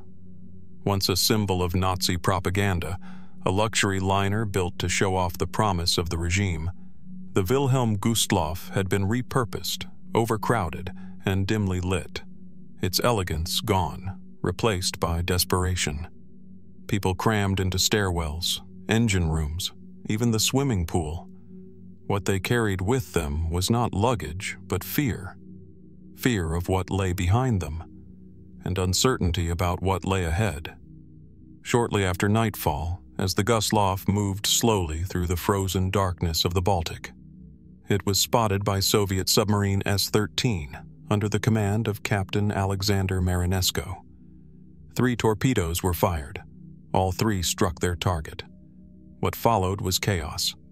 The first torpedo struck the crew quarters. The second hit the empty swimming pool, where many women and children had sought shelter. And the third disabled the engine room. Within minutes, the ship began to list. Panic spread. Lifeboats were frozen to the deck. The cold was unbearable. People leapt into the sea only to be pulled under by the ship's suction or overcome by the icy water. In less than an hour, the Wilhelm Gustloff sank, taking with it an estimated 9,000 lives. It remains the deadliest maritime disaster in recorded history. And yet, the story remains strangely silent. Why is it that such a massive loss of life is so rarely mentioned in World War II narratives? Was it overshadowed by the scale of the conflict? Or was it intentionally obscured? Some historians suggest that the disaster was minimized in post-war narratives to avoid humanizing German suffering during the Nazi regime's downfall. Others point to the chaos of the Eastern Front. Millions were dying across Europe, and this single ship, horrific as its loss was, became just another shadow in the flood. But the mystery deepens. Was the Gustloff merely a transport of civilians? Or was it carrying something else? Some believe the ship may have been transporting high-ranking Nazi officials, gold reserves, or even classified documents. Rumors persist that certain compartments were sealed, guarded, and off-limits, even to the ship's officers. Survivors recalled strange military crates being loaded before departure, under heavy protection. Could the sinking of the Wilhelm Gustloff have been more than just an attack of opportunity? Was it a targeted mission, not just to stop refugees, but to eliminate witnesses or erase evidence? Then there's the question of the submarine commander himself. Captain Marinesco had been under threat of court-martial for misconduct before the sinking, and his superiors initially refused to honor him for the attack. Why? If the sinking was such a military success, why the hesitation to recognize it? Was it because the Gustloff was not just a ship, but something more complicated? Decades later, divers exploring the wreck found the remains of children in their life jackets still strapped to their tiny bodies. Others found sealed areas that could not be accessed without cutting through warped steel. The site has since been declared a war grave, largely unexplored, its secrets protected by depth, pressure, and politics. There's a quiet sorrow surrounding the story of the Wilhelm Gustloff. It doesn't fit neatly into wartime heroism or villainy. It is not a tale of strategy or triumph.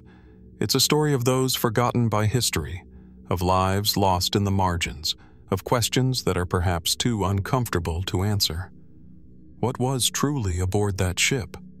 Who made the final decisions? And why has such a monumental disaster been kept in the shadows? We may never know.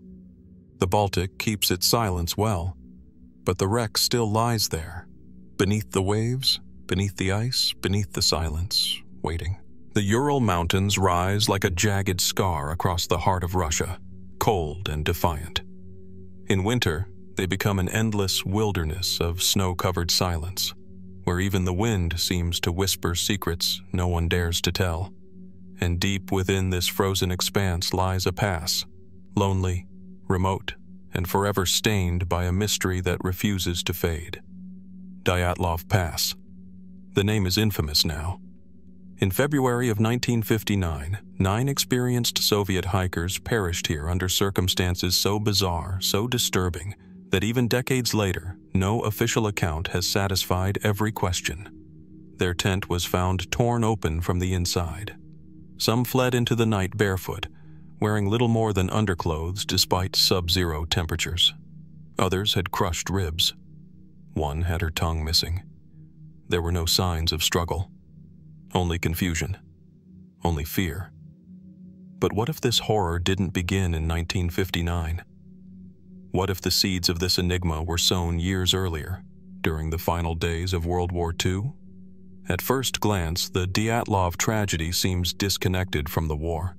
After all, it happened more than a decade later, in the Soviet Union's post-war period. But a closer look reveals unsettling threads, weaving a deeper, more intricate tapestry of secrecy and silence. Just north of where the hikers died was a military test range, classified at the time and heavily used during and after the war. Reports have emerged, long buried in declassified Soviet archives, of strange aerial phenomena observed in the area throughout the 1940s. Glowing orbs in the sky, sudden thunderous concussions, even accounts from villagers of ghostly lights dancing over the mountains at night. Officially, meteorological flares, but unofficially, some whispered of experimental Nazi technology brought to the USSR after the war, via Operation Osoaviakim, the Soviet counterpart to America's Operation Paperclip. Is it possible that remnants of Nazi wartime science, particularly advanced aviation or weaponry, were being tested in this remote region? The Soviet government had seized scientists, prototypes, even documents from German bunkers. Some of these technologies were years ahead of their time, and some remain beyond comprehension even today. Among the theories, a parachute mine test gone wrong, which could explain the internal injuries without external trauma. But why, then, was there no official acknowledgement for decades? Why were some records locked away until the fall of the USSR? And then there are the more obscure details. One of the hikers, Yuri Krivonishenko, had worked at the Mayak nuclear facility, itself tied to secret military research. His presence on the expedition has raised eyebrows among investigators who suggest the group may have inadvertently witnessed something they weren't meant to see. Perhaps not a natural force, but a human one, born of war, secrecy, and forgotten science. Complicating matters further is the alleged discovery of metallic debris at the site, reported by independent hikers and investigators in the decades since. Pieces said to be oddly shaped, unusually dense, resistant to corrosion. Were they remnants of Soviet experiments? Or something older? Something salvaged, adapted, and hidden since the end of the Second World War? In the years after 1945, as both the US and USSR scrambled to harness the spoils of Nazi science, many projects fell into darkness. Files vanished. Scientists disappeared. Ideas once deemed fantasy were tested behind closed doors. Was Dyatlov Pass one such testing ground? Some point to the involvement of Lev Ivanov, the lead Soviet investigator of the Dyatlov case. He would later confess that he was pressured to change his official report, steering attention away from the idea of unidentified flying objects seen near the time of the hikers' deaths. And when asked in later years what he truly believed caused the tragedy, he offered only a cryptic answer: something not of this world. But not all otherworldly theories imply aliens. What if what happened on that snowy mountainside wasn't from another planet, but from a past we still don't fully understand? The Third Reich had long been obsessed with the occult, with advanced physics, and with weapons that could turn the tide of war. Documents uncovered after the war describe exotic propulsion systems, secret Antarctic bases, and strange bell-shaped devices rumored to manipulate time and space. These ideas, often dismissed as science fiction, were quietly absorbed into Cold War research. So what if Dyatlov Pass was not just a place where hikers met misfortune, but a place where Cold War shadows collided with World War II's final forbidden experiments? What really happened that night in February 1959? Why was the group's tent cut from within, and why did these young men and women run barefoot into the snow? Why were their bodies found scattered, some horribly injured, others frozen in positions of fear and flight? And perhaps most importantly, what was hidden in the mountains long before they ever arrived? The Urals keep their secrets well, covered in snow, cloaked in time, and muffled by silence. But every so often, a footprint, a torn tent, or a classified file hints that the story isn't over. That somewhere in the ice, under the howl of the wind, something waits to be discovered. So we ask again, what really happened at Dyatlov Pass, and how far back? Does the mystery truly go? The Siberian wilderness stretches endlessly beneath a pale sky, untamed, unbroken, and unforgiving. Among the ancient forests of Krasnoyarsk Krai, the trees whisper with the wind, bowing not to man but to memory. And in one remote corner of this vast, silent landscape lies a scar older than most can recall, etched not by time, but by an explosion so powerful it flattened over 800 square miles of taiga. This is Tunguska. The morning of June 30th, 1908, began like any other for the Evenki people and Russian settlers near the Podkamenaya Tunguska River. But just after 7 a.m., the sky cracked open. Witnesses described a pillar of fire, a blinding flash, followed by a shockwave that sent people flying and shattered windows hundreds of kilometers away. The blast's force was estimated to be 1,000 times stronger than the Hiroshima bomb, and yet there was no crater, no impact site, no conclusive evidence of what had fallen from the sky. At first glance, it seems to predate World War II by decades, and in many ways, it does. But what if Tunguska is not merely a strange footnote of pre-war history, but a hidden prelude to it? Decades later, in the shadow of another global conflict, the mystery resurfaced.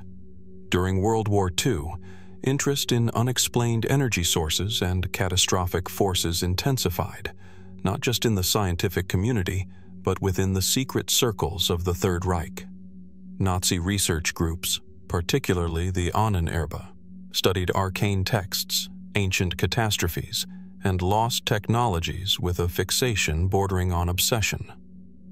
Among the documents retrieved after the war were classified memos referencing the Tunguska event, not as a natural phenomenon, but as something artificial, something replicable. Why would a wartime regime obsessed with wonder weapons study a remote explosion from 1908? This question takes us deeper into the so-called Tunguska Theory, the idea that the event was not caused by a meteor, as commonly believed, but by an experiment, a weapon, or perhaps something far stranger. Some suggest Nikola Tesla, who at the time was developing his theories of wireless energy transmission, may have accidentally triggered the blast while testing his Wardenclyffe tower. Others speculate Soviet physicists under Stalin, in the years preceding WW2, tried to recreate Tunguska's energy signature, fearing that the Nazis were close to understanding it. But what if the Tunguska blast wasn't of human origin at all? Some researchers propose that the 1908 explosion may have been extraterrestrial in nature, not a meteorite, but something intelligently controlled, a malfunctioning craft, a test gone awry. The lack of debris, the absence of a crater, and the pattern of fallen trees, radiating outward like a vast symmetrical fingerprint, continue to defy conventional explanation.